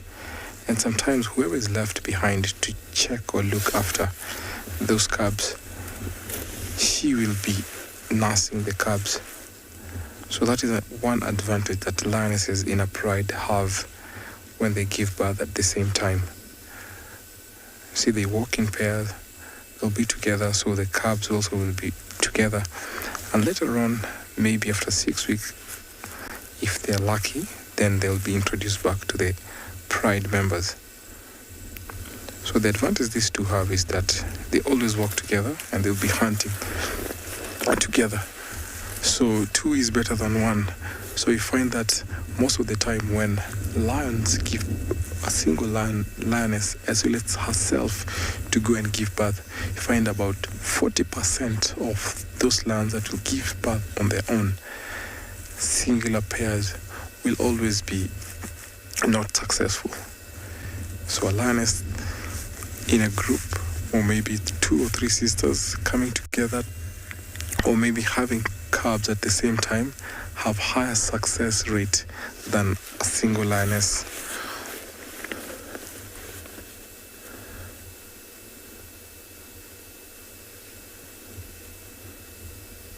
So when I'm talking about that,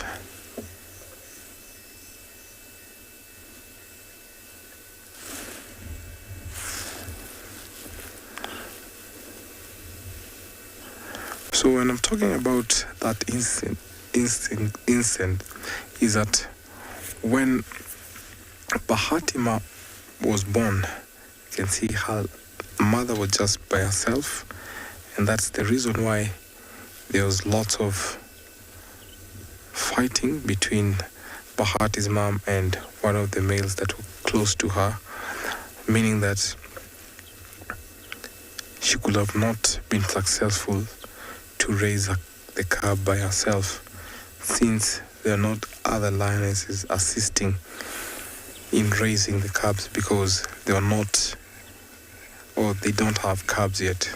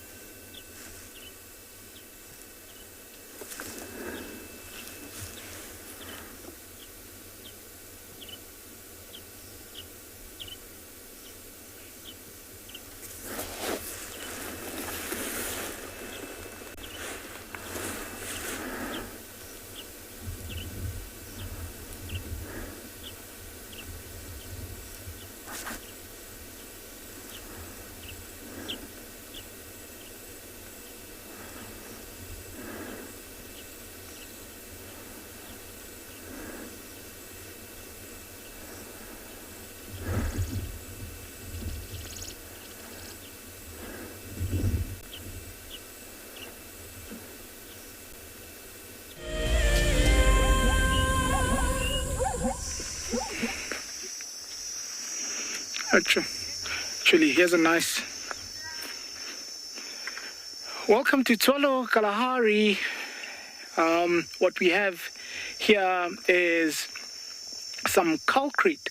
Now it looks a little bit out of proportion or out of place, but here's a very interesting thing. It's a sedimentary rock, and what that simply means, it means that it's a rock that has been formed by particles composing or getting to it. Now if you look here, you can see actually how little other material has actually stuck to it, and how this began was with the history of the place, where this was actually under sea. So obviously with decaying matter and composition, it will compact and become such a stone or such a mineral. And what happens over time is, when it does actually mature, it changes color, and you get a black type of soil called black cotton soil, and from that you get the sandy soil that we have here in the Kalahari, that's very rich in iron, and it becomes very, very red. So that's just how the formation of the land here has started. It's a bit of an interesting history, that from ocean it then became a desert. So I was just trying to show there. So very, very beautiful with that.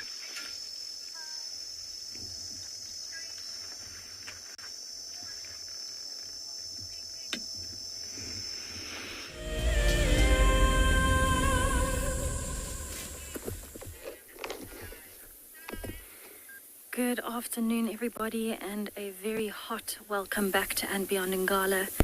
We are with our lazy lion that we found this morning, the Ross male, and he's the blonder of the two. And he's moved maybe 50 meters west from where we had him this morning. You can see it's a beautiful sunny day. My name is Tessa, and I'm going to be your guide on safari today at And Beyond Ngala. Behind the camera, we have Owen. And we're really, really excited to see what we can find for you today. So if you have a look over there, that beautiful Ross male is still sleeping away and digesting with that massive stomach. So there you go, every now and then you see his tail flicking. And that's because now that it's warmed up a bit, there seem to be a lot more flies. And there you can see he's getting quite pestered by them. He's flicking his tail, moving his ears, even moving his paws to try and chase them off of his face, because they're going to be concentrating around his eyes and his nose, anywhere that's got a little bit of moisture. And that can be quite frustrating, I think. So he's had a very relaxing day here. And just his face is starting to come into the sunlight there. So I actually wouldn't be surprised if he turns himself over just now. Shame, look at him flicking his ear. What I really love about, especially seeing him lying like that, is that light is just catching those little hairs on his ears. And those hairs are so important for any of the predators out here, because as they're walking through this long grass, even stalking perhaps, there's going to be a lot of insects that try and get into their ears, ticks, flies, but also things like grass seeds. At this time of the year, the grass has seeds on the top, and as they're walking, it kind of flicks up. And they don't want to get anything stuck in their ears because it's quite difficult to get out after that.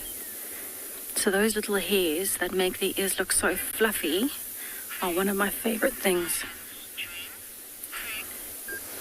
Craig, that is a really awesome question, actually. Lions, I think they do dream. I don't know if there's a way that we can tell for sure. But I think he was having a good dream there and flipped over to have a nice stretch.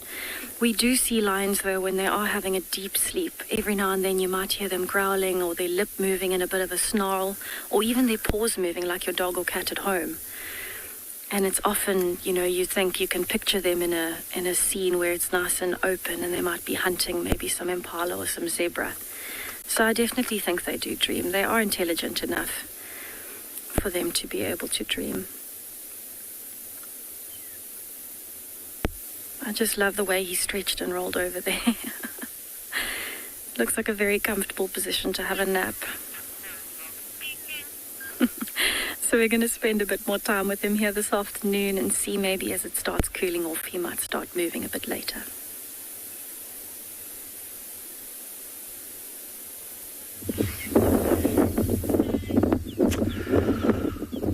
Welcome back to And Beyond Pinda, and we've come across a crash of 6 rhinos here.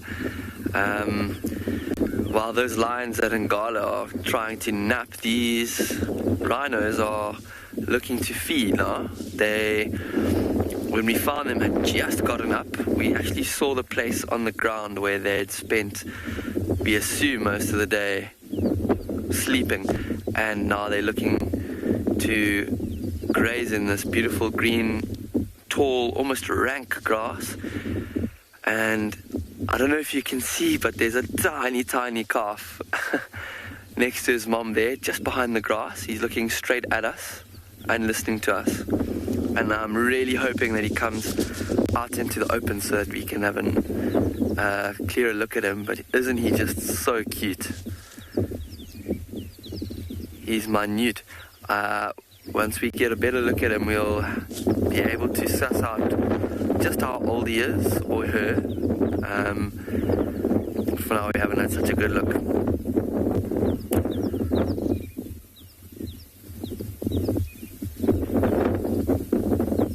But have a look at these rhino. They're almost like, their top half is light colored and their bottom half is dark. And they've, I think, been rolling, or at some stage today would have wallowed in some mud and cooled off.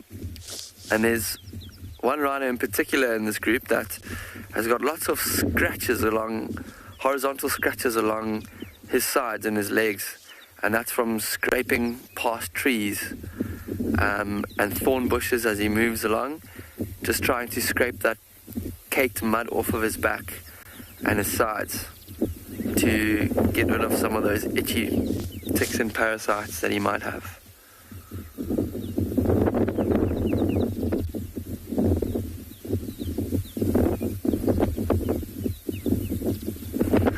That one rhino at the back, I don't know if you can see, he's trying to nibble on the longest piece of grass, almost taller than his own head. So, I think it's C-Mac. You've asked what I love most about rhinos, and sure, it's a difficult one. I think what I love most about rhinos is baby rhinos. Because they're just so exuberant when they're young. They are just little bundles of energy whenever you see them, except when they're a little bit sort of, maybe a little bit nervous. They're just zooming around often, and they'll run circles around their mom. They'll do this little jump where they jump and do like a 180-degree turn. So they'll jump around, and in one jump they'll turn completely around and face the other direction. And they're very inquisitive, they're very curious. They'll sometimes come up to a vehicle and sniff it and just see what on earth it is, because they're so young. And a lot of animals actually are inquisitive when they're young, because that's how animals learn. But I just love baby rhinos. I think they are the best.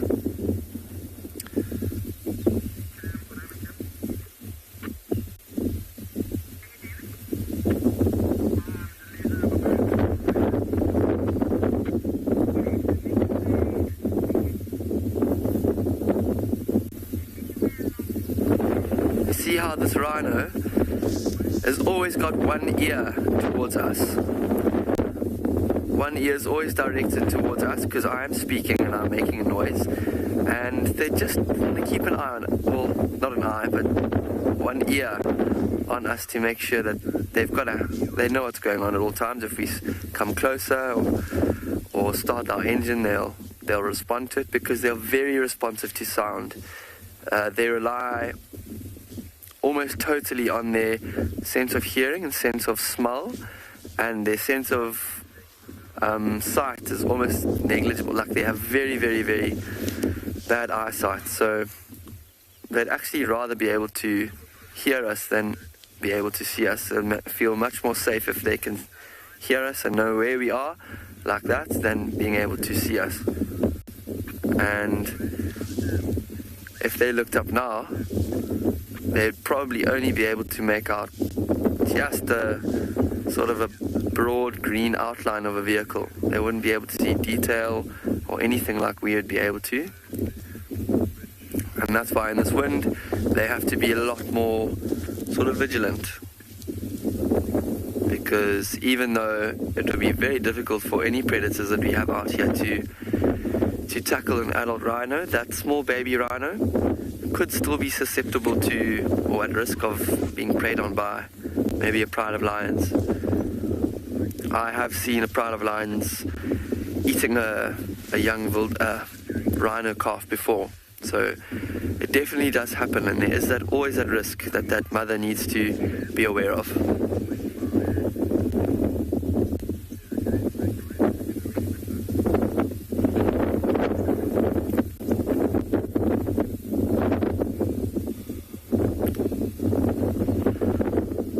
There's a little bird that just dropped down onto one of the rhino's heads, and that is a red-billed oxpecker.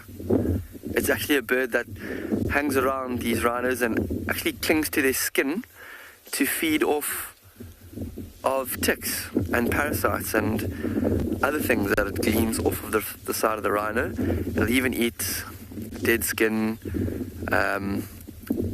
scabs. It'll even eat blood from an open wound.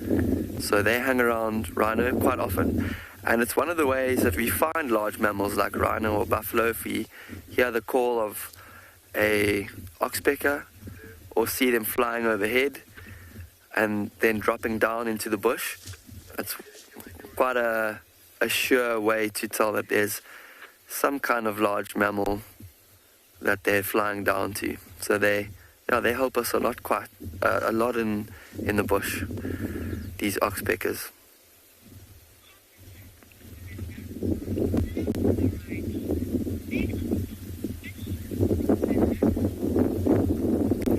So Linda, you say that you love the rhino and that they are so special, and that is one of the truest statements I've heard in a long while. They are just so special and so precious at the moment, because every rhino is at such a risk of being poached. I mean, at the moment, there's so many rhinos being poached in South Africa and in Africa. White rhino have decreased so much, by almost half since 2008. So KZN, northern KwaZulu-Natal, where Pinda is actually one of the last strongholds of rhino. It's where a huge density and number of rhino are still able to be found, and they are, at Pinda at least, very, very safe from poaching. So it is special to be able to see them out in the wild, and in such beautiful large numbers like this. A group of 6 is amazing to see.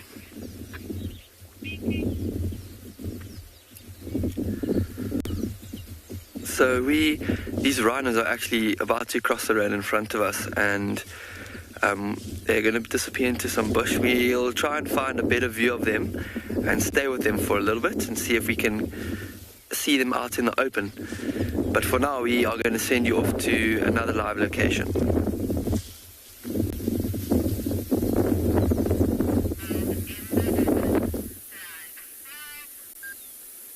How special it is to see a crash of 6 rhinos with Ross.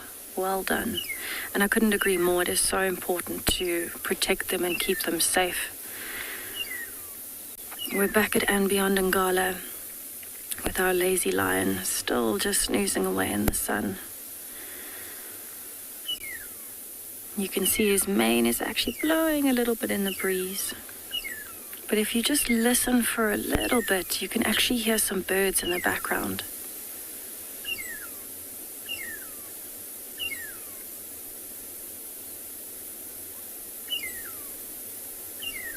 So I can hear some orioles in the background. I can even hear a magpie shrike up in this tree, and that's that very consistent call you can hear.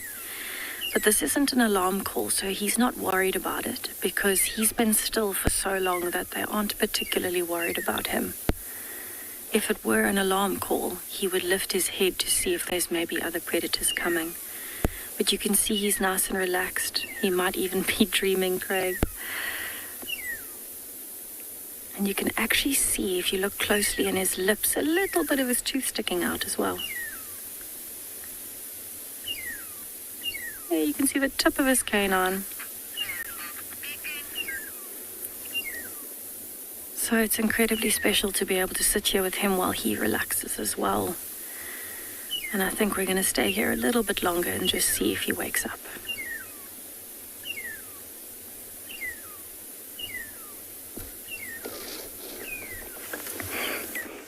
My lionesses seems to have finished what they were eating, so it wasn't very big and it wasn't bloody, and my guesses are so poor. I try not to guess an animal like that because I don't know exactly what it was, and if I say something you might feel sorry for it. So I would say it was something very small, and it wasn't as bloody, because they're back together, and those ones that had a nibble of whatever it was are resting to the left of that lioness. You can see, if I direct you, there's a small hilly patch on the left, and then that's where they are exactly. They are lying there flat. Yeah, so maybe they're quickly trying to digest whatever they ate so they can go out and find something bigger. Sometimes eating like this gives them the energy to go for an extra kill or an extra meal. When we talk about lions, we talk about, how they kill. It's not my wish to say so, but this is a predator and it's built to kill, and killing for it is survival, and that's all it does, and that's why it's here. So when we talk about them killing and eating, we don't like it, don't like it very much, but that's what they do. Lions live in prides. I guess most of you know that. And prides are made up of fully grown males, maybe a couple of females, half-grown sub-adults, and even young ones. That is a complete pride. Sometimes you do come across breakaways like these girls. They are from the River Pride, but they've been hanging around by themselves quite a lot. We haven't seen them with any males yet. So sometimes you do find them like this, and usually sometimes this is forced by the number increasing such that there is so much competition in their territory. So the best to do is to split and form new prides. Sometimes they stay very close to their maternal territory until they are sure that they're going to start a territory. Maybe a male will come and establish a territory within very close to where they were first at.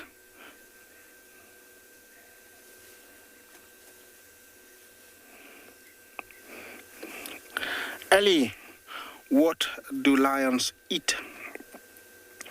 Their main meal is meat, and that's all they eat. Sometimes they'll eat grass, but it's not satisfactory.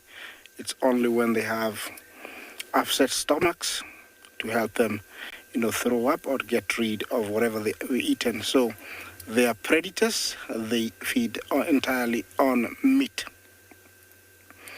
Yeah, staying put in one area like this gives them a chance to, maybe spot something that's going to come by, and they can go for it. So it is normal sometimes to see them in a pride of females like this. And also you do find males forming coalitions, so you find them together. You'll find, 1, 2, or 3 males forming a coalition. And there is a lot going on with our lions at the moment. And I think very soon we're going to have either one big pride, because all these females belongs to either 1 or 2 prides of the area. And so when the males come and take over this area, it's going to be one big pride. I'll let you to enjoy that little bit of sunset and listen to the sounds of Africa as we take you to the next location.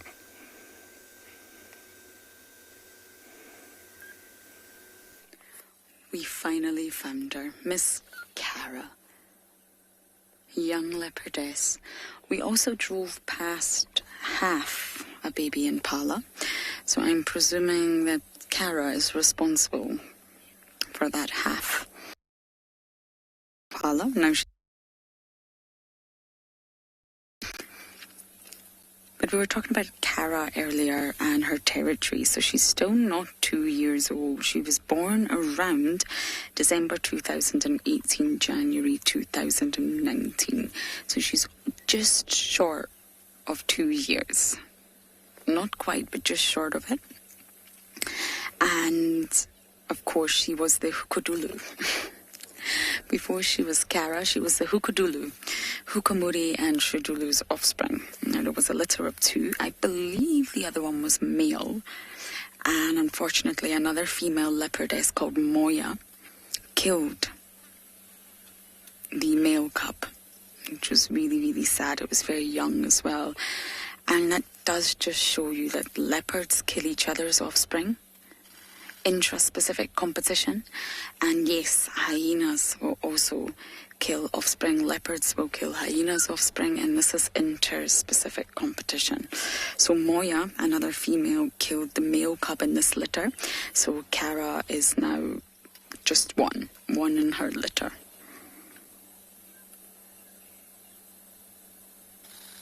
And she's very young. She can be quite skittish, so they normally don't allow sort of too many vehicles around her. Normally they do limit it to 2, which is unusual. She's sort of an adult, she's old enough now, but she's just sometimes really skittish. So in order to not overwhelm her, but habituate her, they limit the vehicles to 2, but she's got a kill. Unless that impala chopped itself in half, the kill is just dashed not too far away. So she's not territorial yet, she's very much wandering. She's probably assessing the landscape, learning the scents, who's around, who's not around. Yes, her mother Shidulu's around, but who else? What other females is she going to have to compete with? There's Tiani, not too far away. There's Nzutini, who's also very young and not set up as territory. There's lots of females. Moya. So she's probably just testing the land, just like Kalamba did for a very, very long time before she will become territorial.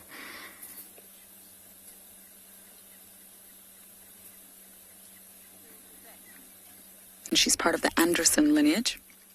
Shidulu's father confirmed by Panthera DNA scat analysis.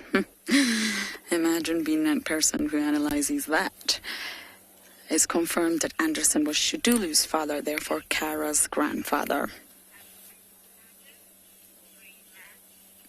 Freeman, you're asking, do leopards have miscarriages? I would imagine so, yes. I would imagine for any mammal, that is possible. If something's wrong, or maybe something happens to the mother, or maybe there's a severe nutritional deficit, I would imagine that yes. And it probably goes unseen by our eye, because it's very, very difficult to tell when a leopard's been pregnant. So we see them mating, but that doesn't mean it was successful. And it's very difficult to know when they're pregnant. And then it probably happens in much silence. But yes, I would imagine they absolutely do have miscarriages. Hopefully it's not too common, though. She's such a beauty.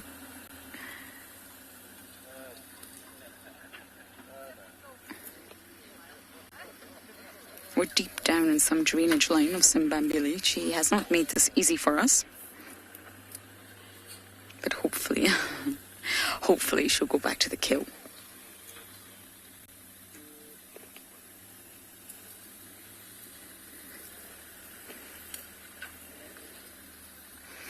Now, getting a territory, Cleo, Big Yon. Claiming a territory takes a long time. It's not something simple. It's becoming dominant in your areas, becoming socially dominant. It's very selfish behavior. You are claiming resources as yours. And you've got to be ready to do that. You can't just come in and think, hey, I like this drainage line. I'm going to claim it mine. And primiparity among female leopards is said to be influenced by both social and physiological factors.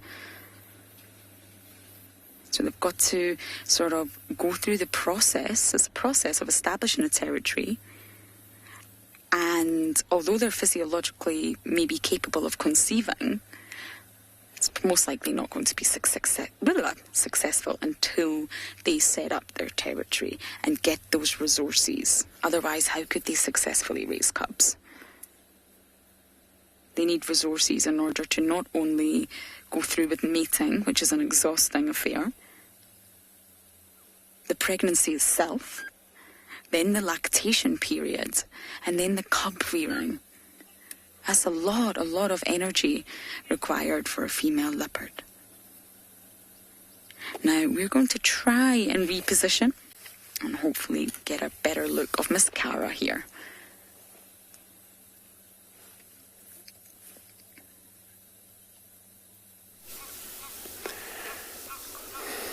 Cara, beautiful. Good luck, Lauren, with the leopard. So now we come to this beautiful dam here. We visited a mother of a calf hippo. As you can see on the right hand side there, it's one of their baby. The beautiful Egyptian geese and lapwing on the background.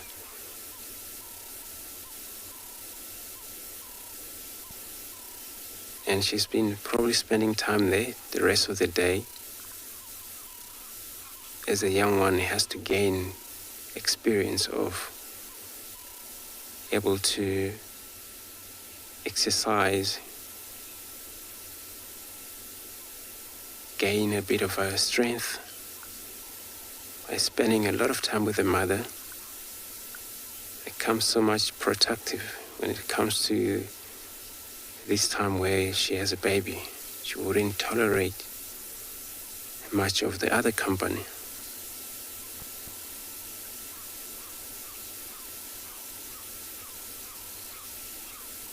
She will always keep an eye on that baby. But that's not actually very deep. As you can see, that mother actually touched the bottom. She just changed the position. The young one appear right on the side. Serrated hinge terrapin there in the background in that log as well.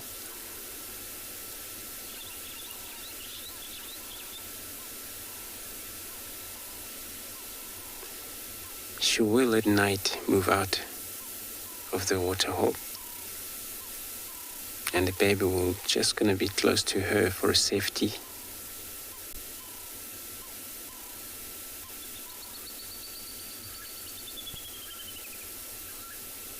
And they're still vulnerable when they're this younger due to lions most. And when that happens, this is when the mother run away, separate away from these young one, and they all get killed.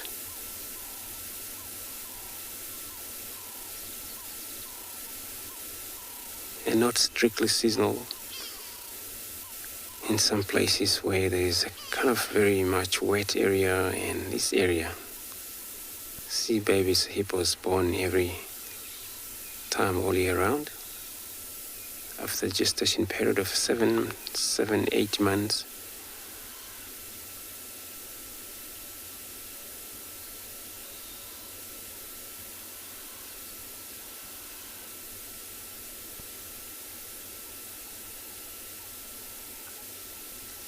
And that baby will be able to drink milk. For that, mother doesn't have to come out of the water. The baby will sink down to the position of the tit and drink from there.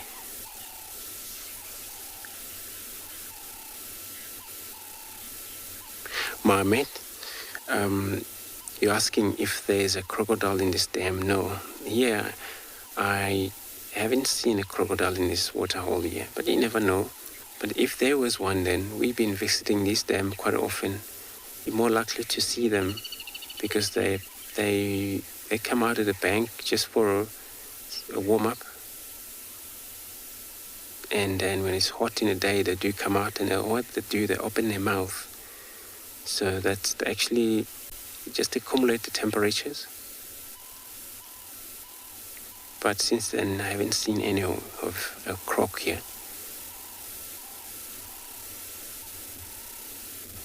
But they all arrive, we actually in a very much raining season, they travel all over, wherever they want. The croc can find themselves places where they haven't been to.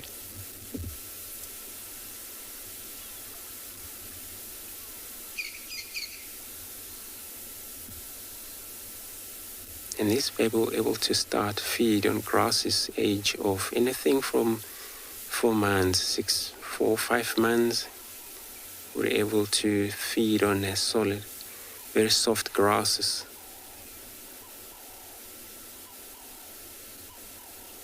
But they're still under a mother's wings in terms of protection. She won't just gonna move away or always be close to this young one. It happens, maybe there's a group, because sometimes we find more than one hippo is here. So it happens she came to this very waterhole because she has to keep the baby safe and the others hasn't returned maybe last night, so she will probably hooked up with them when she gets mobile out of here again.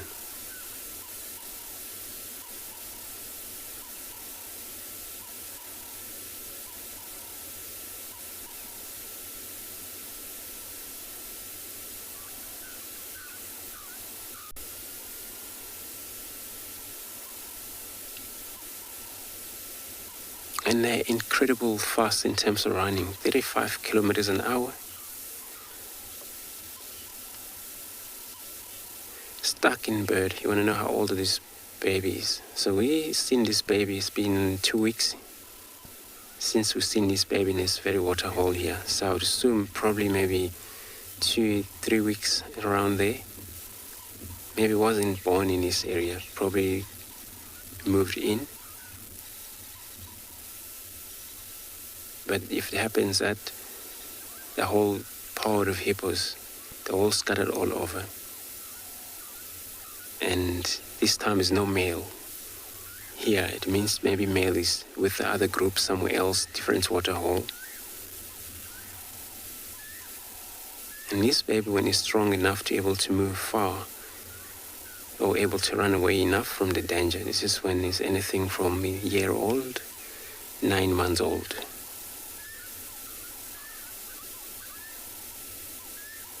And they were able to survive or run fast enough away from the danger that time.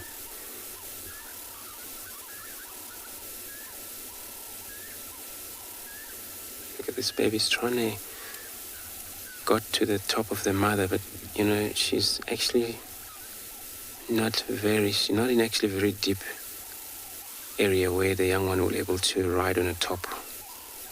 But this young one gets used to be right to the top of the mother. This is Erapan when, thought this bird land on top of the hippo, which sometimes does, the heron, land right on top of the hippo, and then aim for anything common in group net animals, type of little fish. This grey heron will actually be able to eat on those. So when she's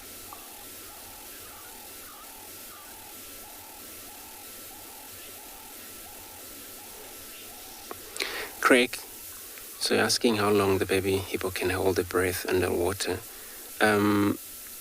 So it can't be anything from 2 minutes, 3 minutes, roughly under that. Usually they need to take a breath quite often. The older one can hold their breath for about 8 minutes sometimes.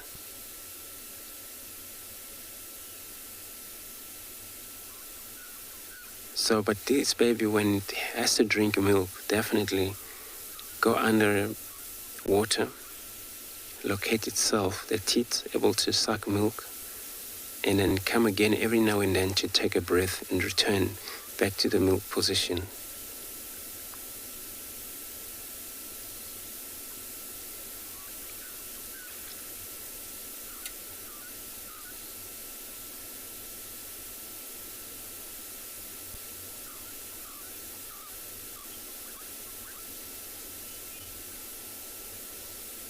So we're going to carry on. We're on a look around here for a leopard, so hopefully we come across one then.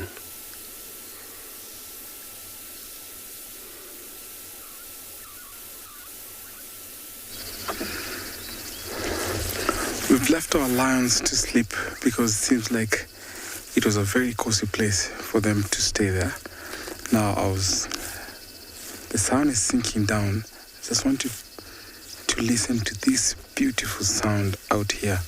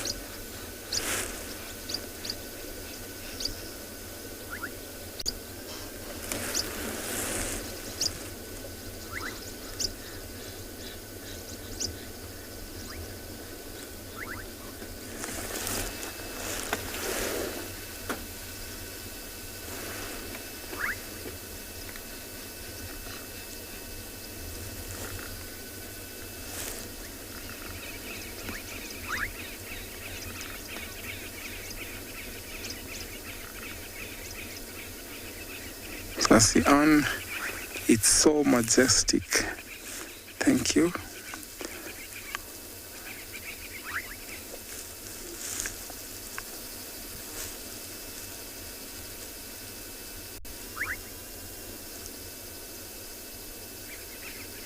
Despite the heavy clouds, you can still see the sun rays sinking in and leaving a very nice color. It looks like almost like a painting. You can hear lots of yellow-throated longcrows, frogs.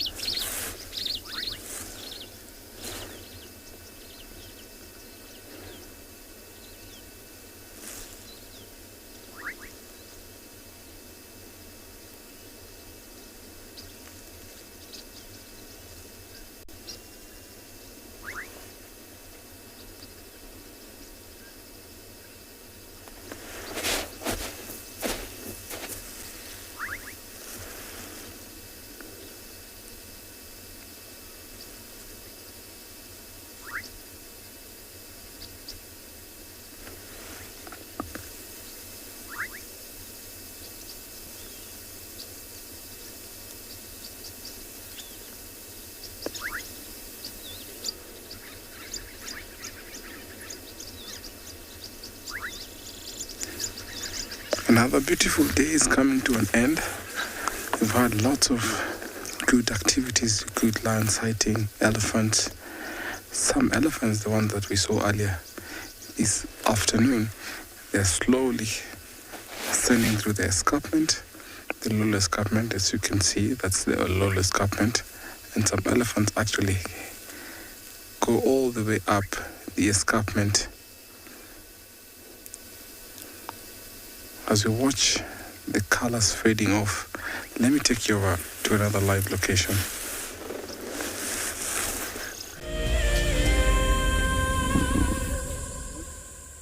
Get ready to move. Well, I found Kijana, one of our local male lions, looking very hungry and looks like he's ready to go about his business. He's very far away from where Olalashe is, and I don't know if he's on a mission to find Olalashe. I wish I could talk lion and go close to him and whisper that I know where he is, but because I don't want to become dinner, I'll let him do it the lion way. He's heading out towards the road. Remember, lions do find each other and locate each other using scent marks that are left on the grass, on the twigs, in trees, in bushes, and it is very important in a case like this one because he's very far away and definitely he's still in their territory, so it is important also for him to be this far because he's protecting this side of the territory. But when he needs to find his colleague, he has to find some scent marks and then either backtrack them, and usually they find one another. You see, that's what he's doing, rubbing his scent onto that brush. That is leaving a message to tell Olalashe or the other females that he was here. And, he might even pee and rub his legs there, as you can see. That's what he's doing.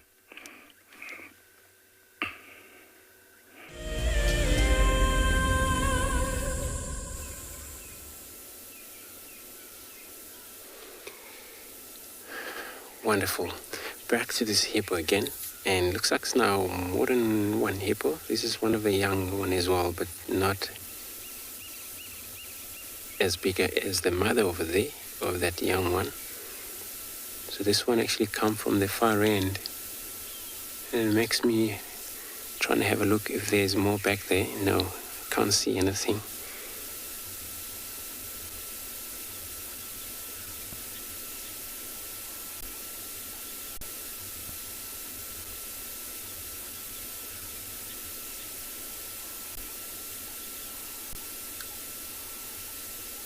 This young one really definitely want to get into the top of the mother, but will only want to do that, manage to get to the top when his mother go very much lower down.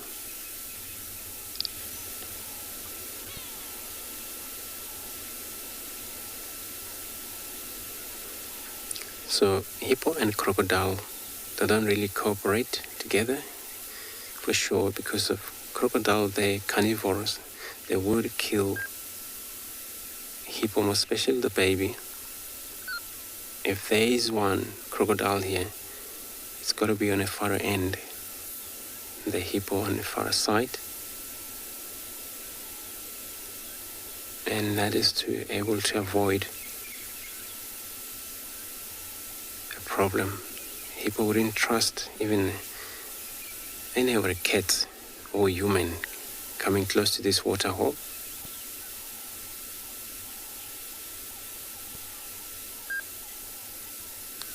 Black widow. So you want to know the baby hippo called calf? Yeah, it is. I'm not sure. I'll check, but we keep actually been calling calf, but I will check that for you. And yeah, rhino, elephant, buffaloes, calf. Call them calf, they babies.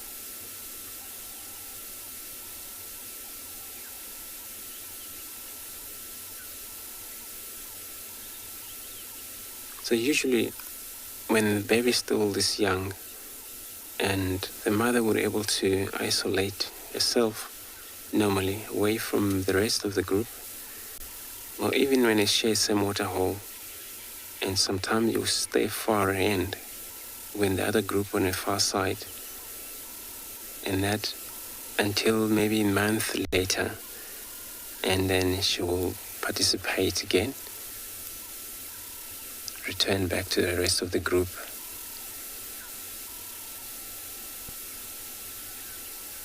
So that the baby must try always get used to her own mother.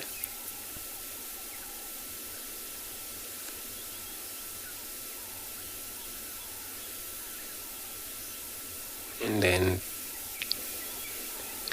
so the female hippos begin to breed at age of 9 years, 7-9 years, for the first time to conceive. This one we were talking about looks like it's getting very much comfortable in this age of the water there.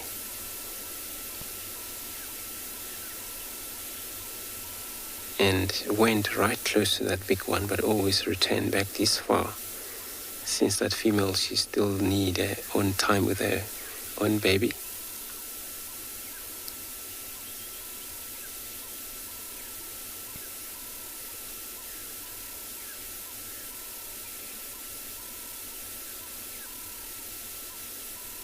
They have very small ears. So what happened when they go down to water, submit down to the water, his ears shut. There's a system, kind of like a, valve system, but, shut. So there is no water going into the ears holes. Also the nostrils does the same. And then I go down, pop up on the other side. Can float, but they cannot swim for sure.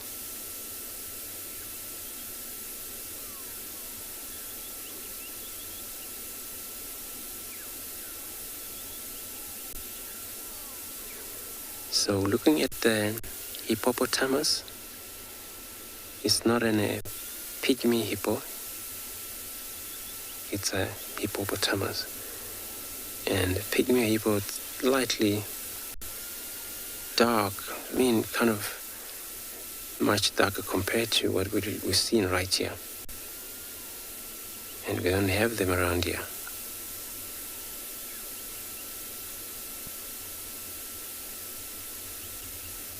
But they're both dangerous to human.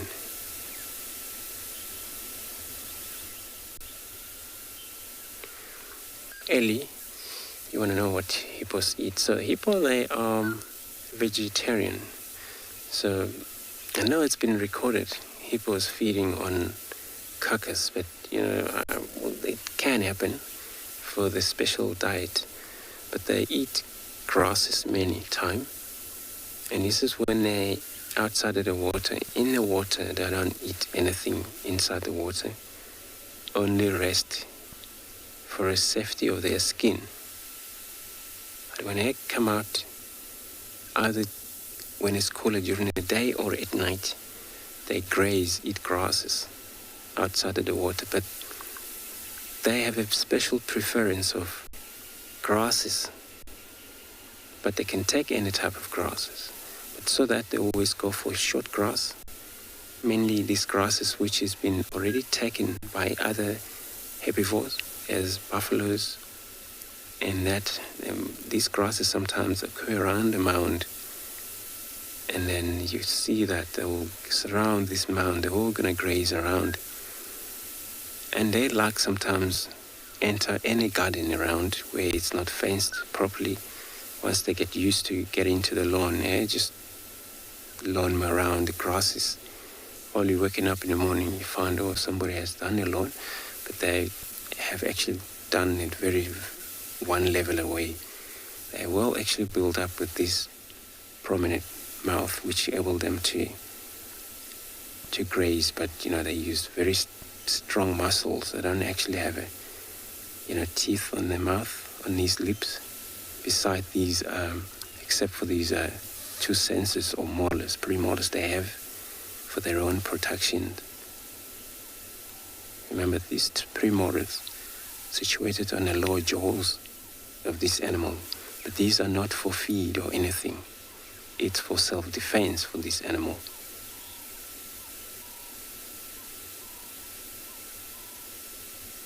And sometimes these tusks called premolars, they can actually grow anything from 50 centimeter, which is in an area actually designed for a specific reason. For especially both male and female have them.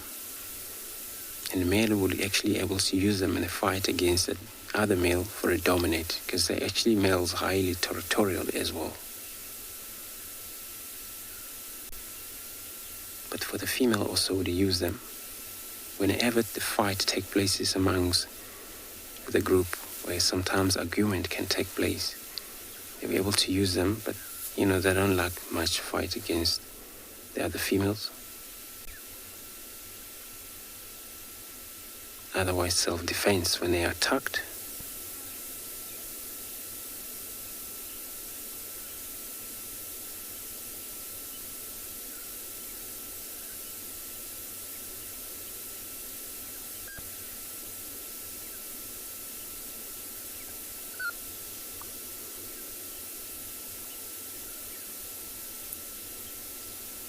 Just very much beautiful, deadly quiet out here. I'm gonna take that a moment of a silence just to listen, because it's getting in a time where we might actually get an audio of a cat roar or make sound.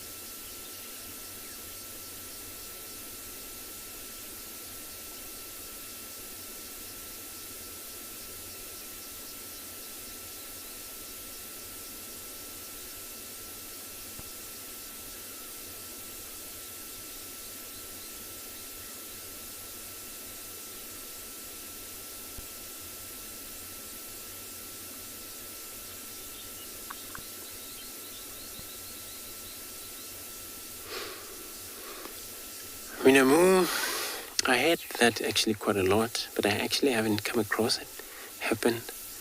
And if they do that, I'm not sure why would they do that for sure. But I heard that quite a lot that it happens. And what I actually heard was that male would kill young male hippos if it's still young. And why, actually, I'm not sure. I went to look and check, found out. I haven't actually gotten an answer. And that actually is not actually always happening. So it could happen. Or if the male then killed the young male, I'm not sure why. It could be maybe why is that maybe the next generation, that male will give trouble to the father, or I'm not sure. So it's actually a very good question that I'm gonna have a look at it again, because actually quite a few questions have come through, but we're still on a look on it. But haven't actually come across a good answer for that.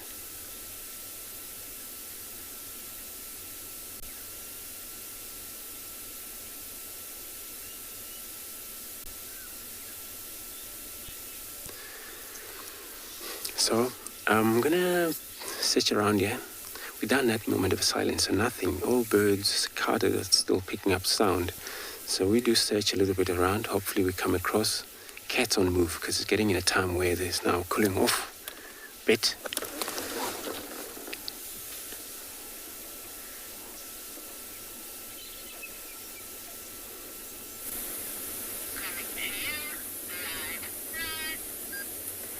Welcome back to And Beyond Ngala, where we are still with our lazy lion, the Ross male.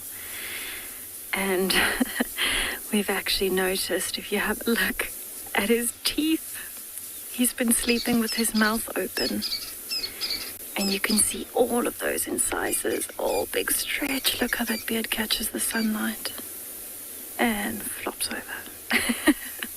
So he's been flipping over every now and then. And I think that's because it's still so hot that he's starting to sweat on the side that's on the ground. And so when he turns over like this, that sweat evaporates off of his body in the wind, and it cools him down really nicely.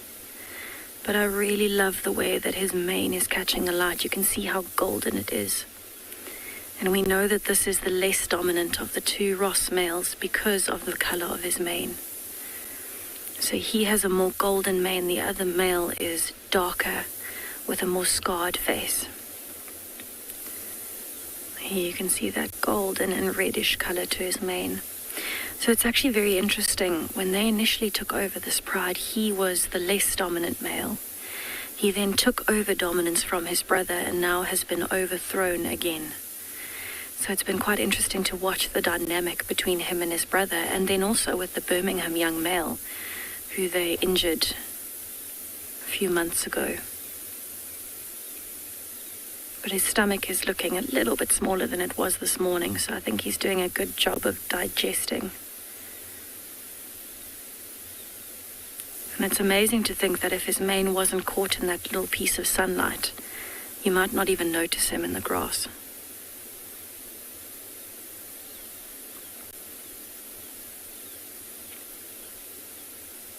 So he's actually got quite a nasty scar on his back left hip. You can see it there in the left side of the frame. And that is from when him and his brother were fighting. And he actually got one there previously from when they overthrew the dominant male of the Birmingham Pride. And now he's got another one there. And that's because when the male lions are fighting, especially him and his brother, they tend to go for each other's rumps, for the tail and the back, so that they can try and injure each other. And I think that's exactly how that young male got injured from the Birmingham Pride.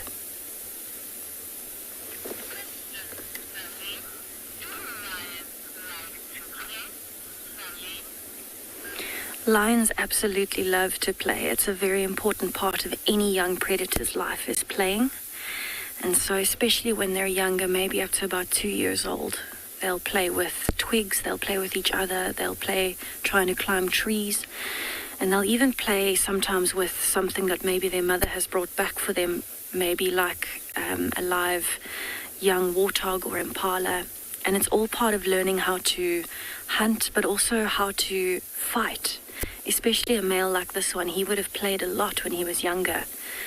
And that's some of the skills that he learned in order to learn how to take over a pride and really stand his ground. These are all skills that the lions need to learn through playing and practicing.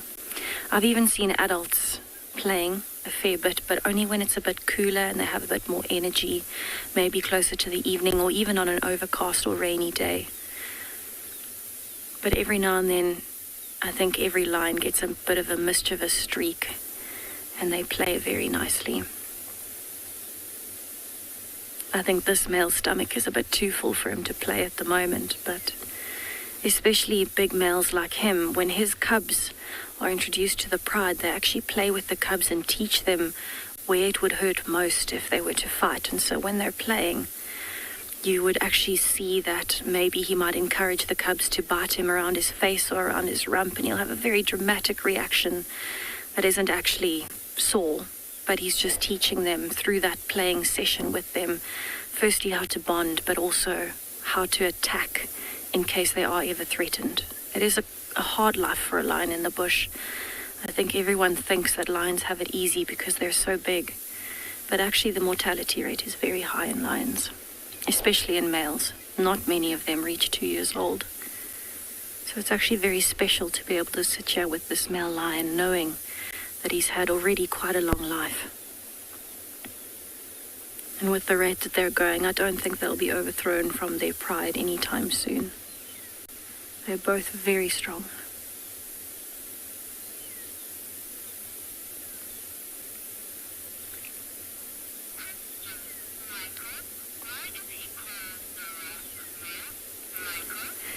Michael, him and his brother are called the Ross males because they came from a property off of our northwestern boundary. And it was known as the Ross property. So they actually named them the Ross males. We didn't name them that. We actually only first saw them when they were already about 4 to 5 years old. And they came into and beyond Ngala for the first time and started looking at overtaking the pride. So normally the way we would name any of the big cats is it would relate to where they were found originally, maybe where they were born or where they're dominant in their territories. So similarly with the Birmingham Pride, they're named the Birmingham Pride because they came from the Birmingham property.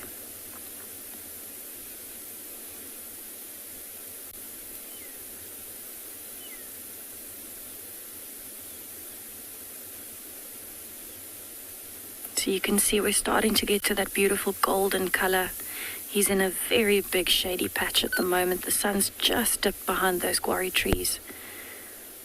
But I love how this hour just seems to make everything in the bush come alive. The cats sometimes start moving this time, but especially now, the trees have a stunning color when the light catches them. The birds start calling before they find somewhere to roost for the night. It's absolutely stunning. Definitely my favorite time of the day. Beautiful clear blue skies here today. Such a change from this morning in our overcast weather.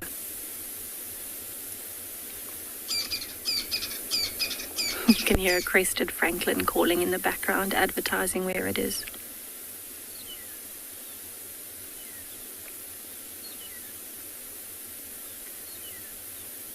So with the size of this male's belly, I wouldn't be surprised if he stays here. Sinak, a male lion's mane could actually grow all the way down to maybe about halfway down his back, even down his chest, and it actually can even extend down to his elbows. But normally we only see that in much older male lions, and it is genetic as well. So often if the father has a very big mane, the son would have a very big mane. But what we find happening here, especially as the lions get older, they start losing condition. And when that starts happening, the hair doesn't grow as much. Maybe they even start losing some of their hair. But I've seen a magnificent male lion here. His mane is almost completely black.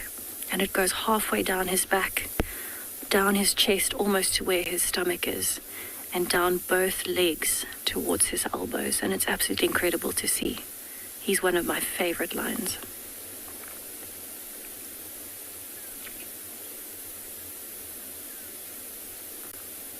You can actually see his stomach is moving quite fast. He's still trying to cool down with a bit of panting. And I actually wouldn't be surprised if he starts to maybe stretch a little bit just now and start rolling over again to cool off on the other side. But I don't think he's going to go far tonight. His stomach is very full. So for him, where it's nice and open like this and it's safe, it would be worthwhile for him to stay here. He can see threats coming.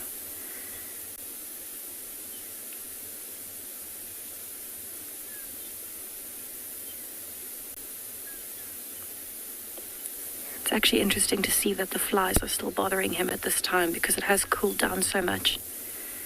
But you can still see his ear flicking every now and then.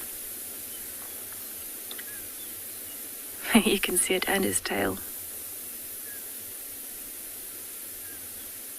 So what sometimes happens is if they do start to get too irritated by the flies in a certain area, they might actually completely move to a different place. Maybe somewhere that is a little bit colder, or even in more dense shrubbery or bushes, so that the flies have a harder time getting in there. That fly is really bothering his ear. Oh, yawn. Look at those teeth. So it's actually very interesting. I don't know if you knew this, but you can actually age a lion not only from the color of its nose when it starts becoming black, but also from how yellow their teeth are, which is very different to, very different to the to the hyenas and the wild dogs. Their teeth tend to stay white, but lions' teeth and leopards get more and more yellow as they get older. And that's because they spend less time chewing on bones, and they have a slightly different shape of tooth. It's still the same for carnassial shear, which is when they slice through meat, but it definitely gets yellower as they get older. So with this yawning, it could be likely that he might start getting active soon. It seems to be the trend when lions wake up, or actually any cats in particular, but because lions spend so much time sleeping, when they're going to start waking up or changing position, they yawn quite a bit. They might even groom, change position a few times, and then you might find he might get up and move. I wouldn't be surprised if he wants to go and get some water at some point tonight, just to try and cool his stomach down and help with that digestion.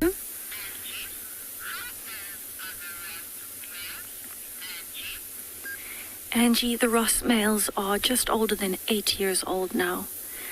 And we first met them when they were about 5 years old. There, he's getting up. Yawning is always a good sign in lions. Stretch. Oh, he might call. Listen.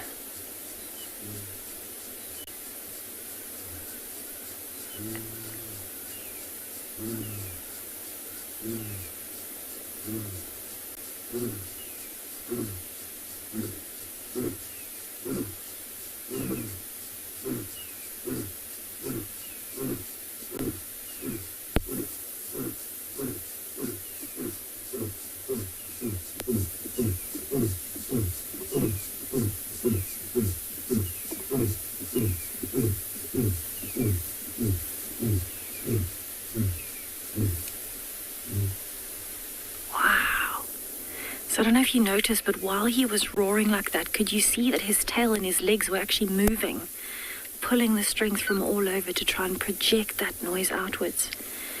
And I wouldn't be surprised if he's actually calling for his brother or the rest of the pride, even just advertising that he's here for the night.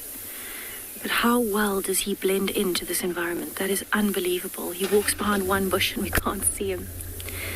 So we're going to go around to where he went, see if we can get to the front of him. Hopefully we get to see his face in the golden light.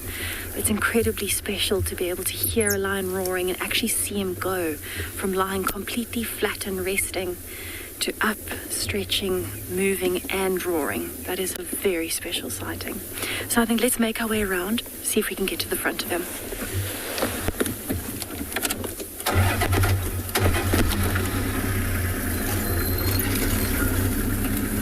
That beautiful golden light coming in.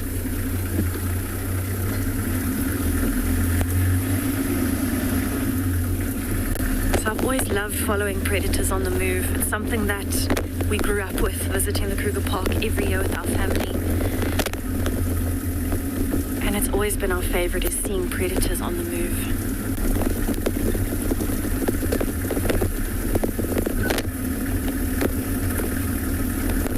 Right, so he's actually walking through the bushes right now.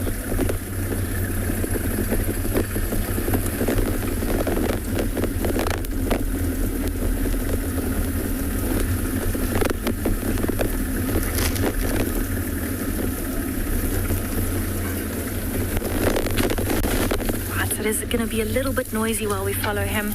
There are some dead branches here on the ground.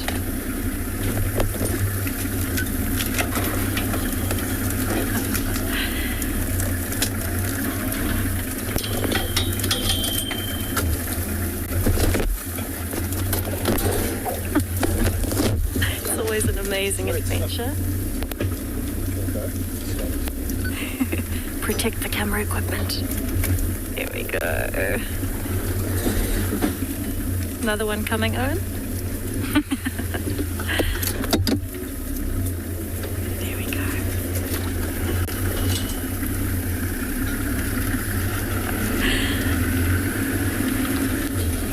Right, so he's actually walking straight into the sunset.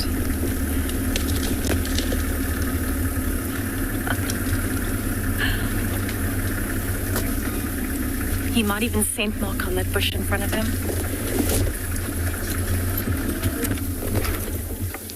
So can you see he rubbed his face? And now he's just sprayed with urine. So he's scent marking to advertise that this territory is taken.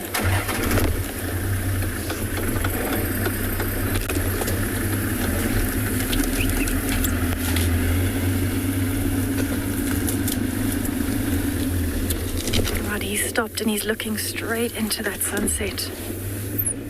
How absolutely stunning is this? It's almost like he's thinking about where he wants to go next.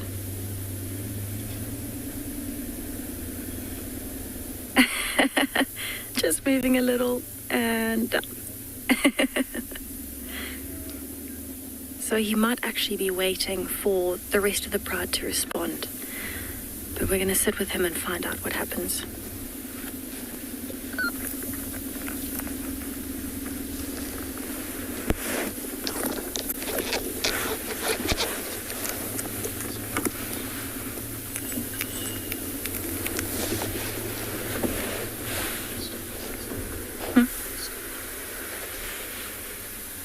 I think he's actually started grooming his paws now. Can you see that he's lowering his head a little bit? Yawn.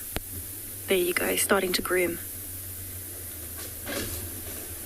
So he licks his paw and then rubs it against the more difficult areas to clean, like his eyes and around his whiskers as well. Those whiskers are very important. But just look at the size of that paw as he brings it up to his face. Oh, wow. And you can even see his eyebrows in that light.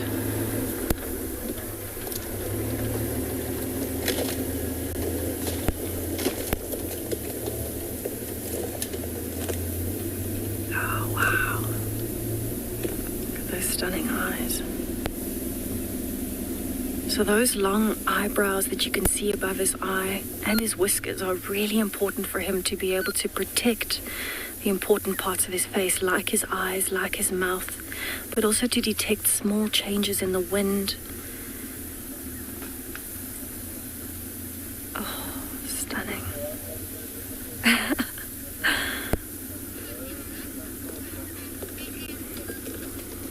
So this is very special to sit here and watch this, and I think we're going to stay here and see what happens. Absolutely stunning sunset with the male lion.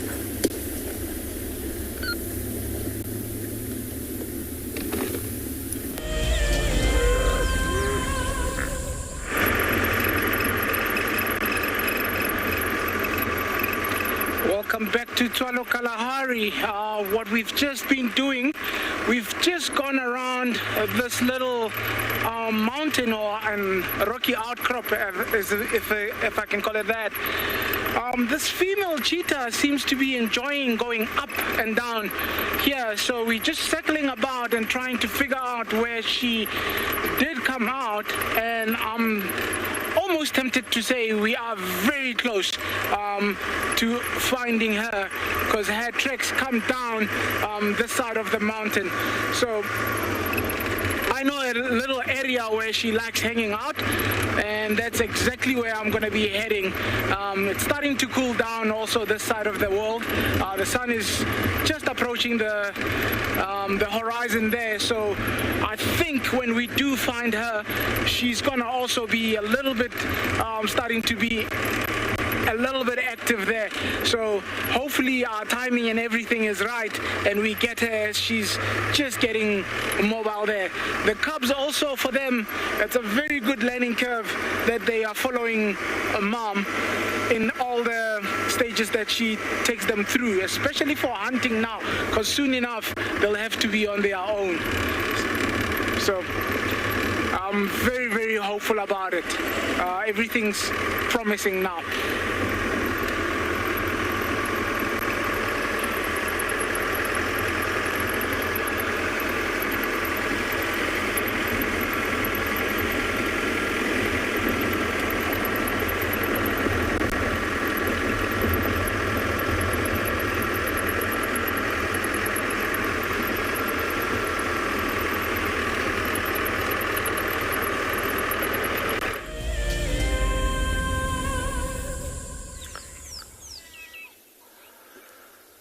We've just stopped to listen for the sounds or any clues of predators around us, maybe an alarm call or a vocalization of a lion or a leopard.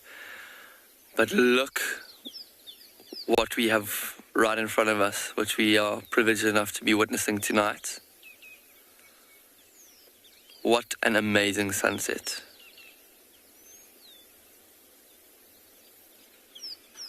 Look at those colors and so many different textures. Some very smooth clouds, some very rough clouds, some very wispy clouds, some puffy clouds, all in one frame. And those beautiful oranges and yellows and pinks are just coming through so subtly. And as we're watching it, it's changing. It's developing before our eyes. And you know, sometimes when we had a hot and windy day today, and sometimes that could mean a change in weather, and often with a cold front or a warm front coming through, a change in weather, you just get these amazing, amazing sunsets. So it's so worth it.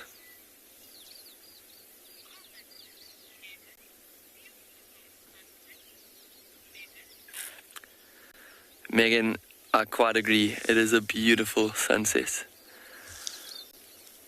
And we're sitting here hoping that we can see if it will even get more beautiful. Sometimes just before the sun goes down, you get these vivid pinks and purples that come through.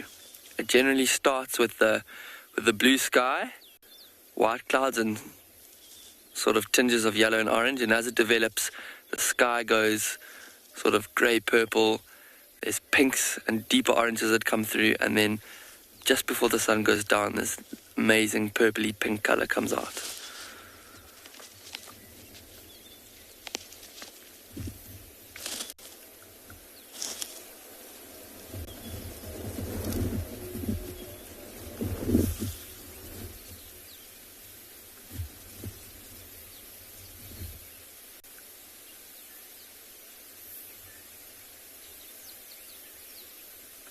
And you'll never believe it. There's actually a male lion roaring in the distance. It's so faint that Craig and I actually had to look at each other and say, "Did you hear that?" But it's roaring.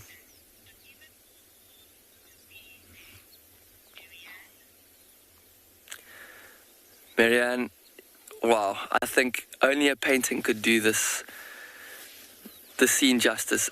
No photo or video could ever do it or depict exactly how stunning it looks.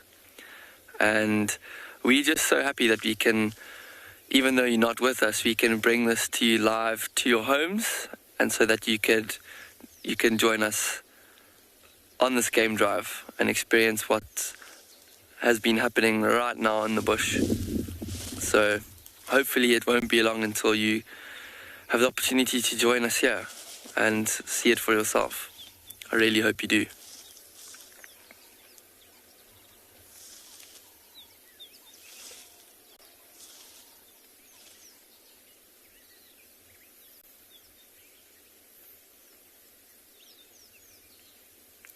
It's amazing just to see also that horizon, the beautiful patterns that the trees make as they silhouetted against the sunset. I don't think any artist or any human could actually think of that kind of beautiful pattern. It's just so stunning.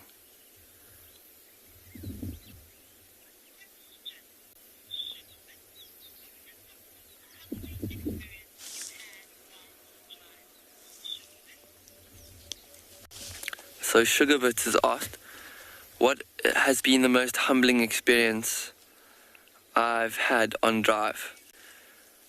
And sure, that's a tough question. The most humbling experience. There's been a couple. I think a lot of the time with elephants, so the one particular example, I was just stuck in the middle of an elephant herd. And it's one of those situations where you literally have no option. Well, there's nothing you could have done. And you just being dwarfed by these elephants all around you and you can't escape. And in that moment, I just felt so humbled. But also, I think one of the most humbling moments I've had is at the end of last year when we were in the midst of such an excruciating drought. And it was so hopeless, the situation out here. We could do nothing. We couldn't help animals.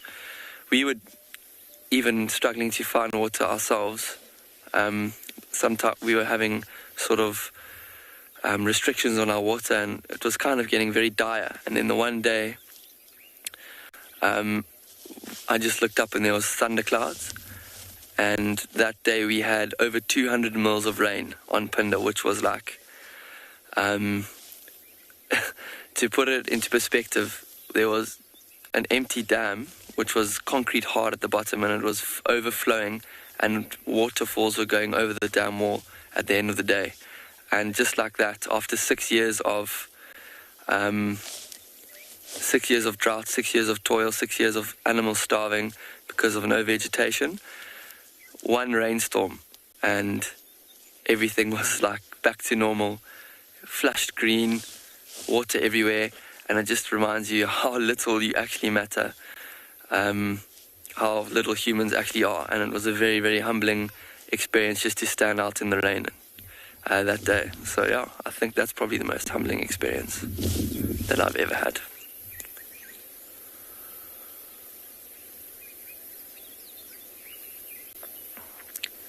See, now there are some deeper purples coming through in the sunset. And it's changed completely since we first got here. So Anna, you asked whether there are many nocturnal animals at Pinda, and like the rest of Africa, there's lots of nocturnal animals here. In fact, I would say there's almost more nocturnal animals than diurnal animals, especially predators. Most predators come out at night time. Even lions and leopards are nocturnal. We do get to see them in the daytimes, and we even see them on Wild Earth often, but most of the time they're sleeping in the day. And when they are most active and what they are most well adapted to is moving around at night and hunting at night. But then also there's lots of smaller creatures,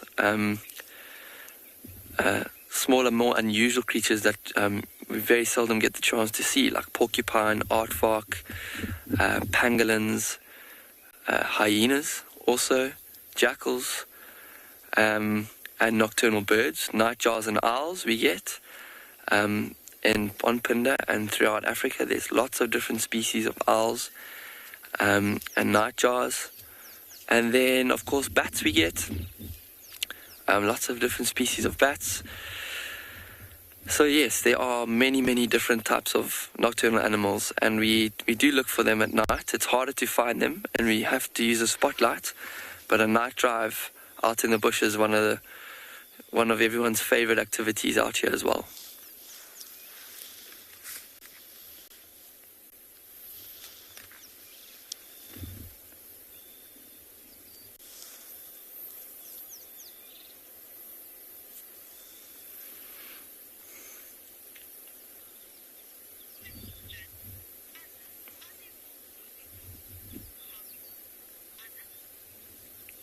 So Anna, another question. Are there more herbivores than carnivores? And sure, I haven't actually counted them each myself, but I would say 100% yes. There are more herbivores than carnivores. But I think there are just more species of antelope than there are carnivores. The large carnivores that I'm talking about mammals now, are lion, leopard, cheetah, hyena, wild dogs, and a few more. But that's only 5. I can think of many, many more antelope than that. And I think it's just due to the fact that there's so much more plants out here than animals. So naturally there's going to be more animals that eat plants than animals that eat animals, if you know what I mean. There's way more food for herbivores and carnivores, and that's kind of how it works in terms of the whole food chain. So there can't be more carnivores than herbivores, otherwise there would be no herbivores. So yeah, definitely more herbivores.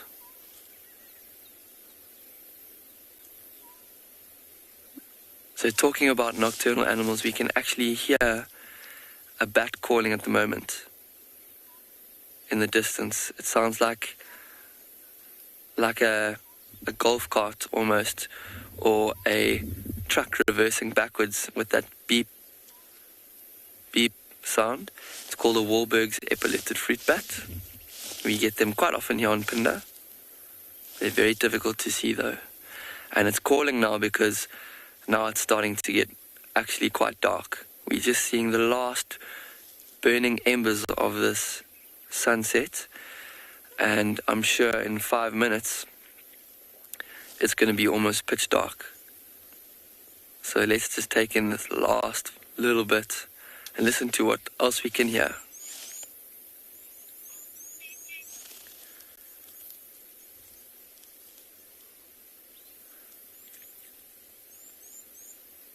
So as we sit here and enjoy the rest of the sunset, we are going to send you off to another live location.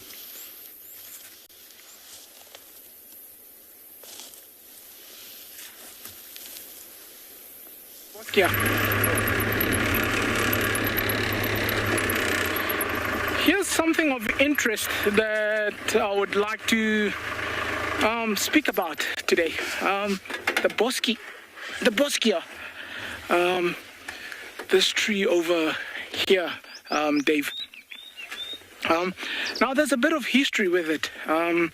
If you take the Bushmen, and if you take how the tree in itself looks. Now to start off with that story, the Bushmen have this belief that when this tree was actually planted, it was planted the wrong way up, meaning that the roots are supposed to be what we are seeing on the top.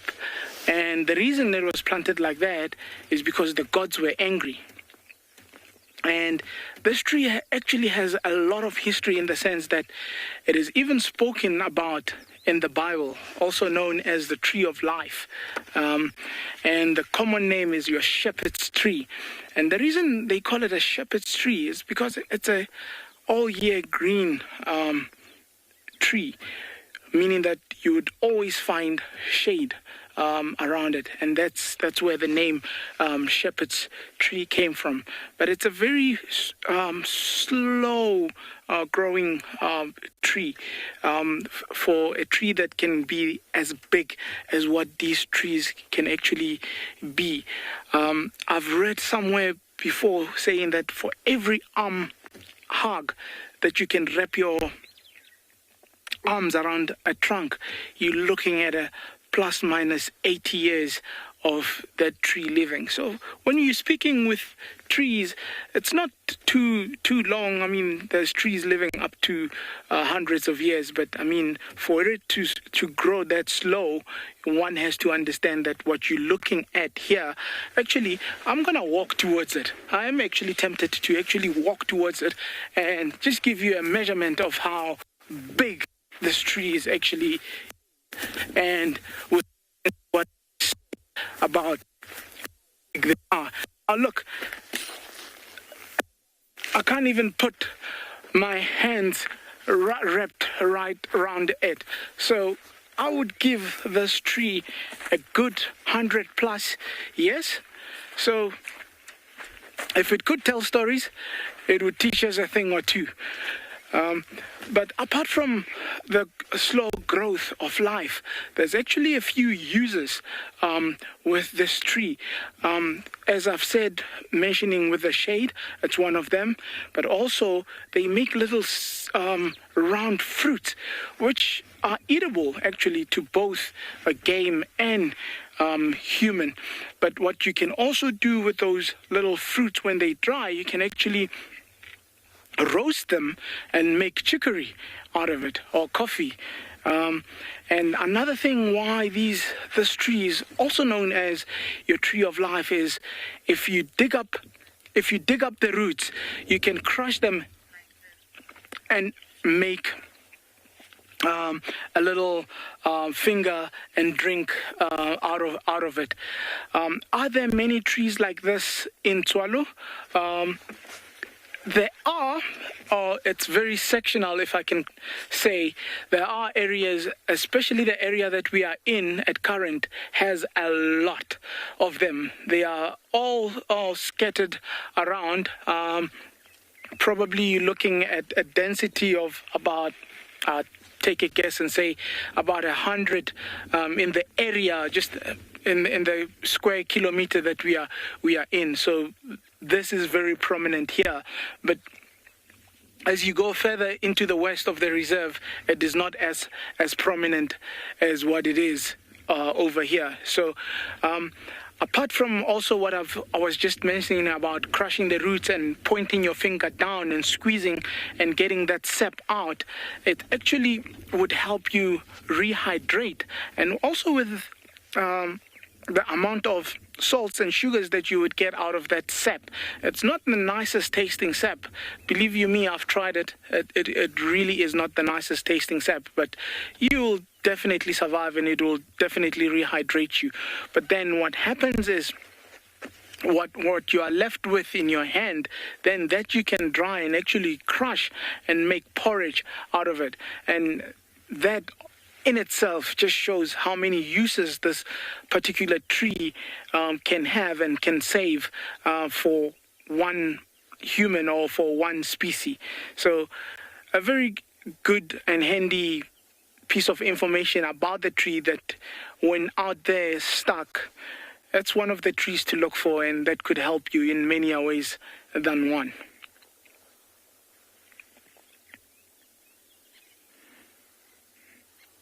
Also very woody tree. It looks like it's very soft, but it's actually a very strong woody. Tim, is this my favorite tree? I don't know what kind of a person I am, and I'll explain why I say that. In nature, I've learned to kind of isolate myself from saying what is my favorite and what is not, as a nature lover. So I'll tell you in this way. When I'm in the Kalahari, it would definitely be at the back of my head. But when I'm in other parts of the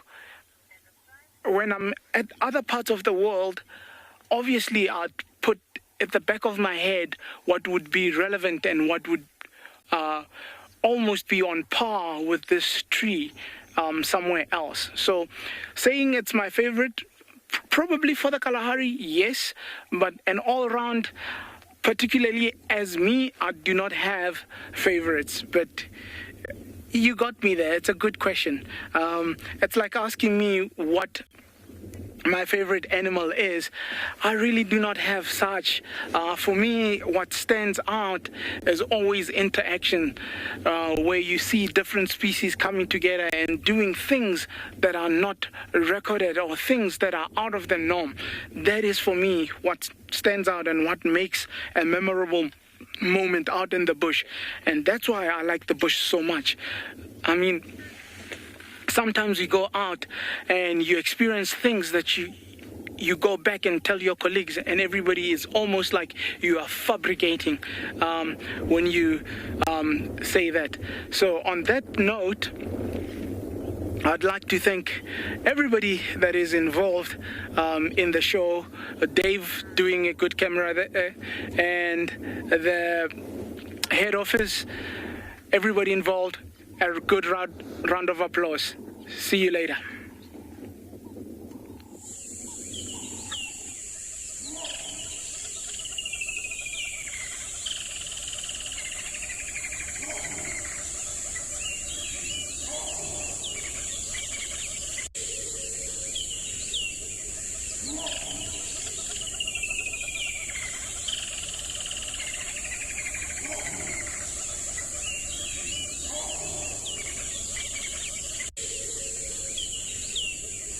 Thank you. Yeah.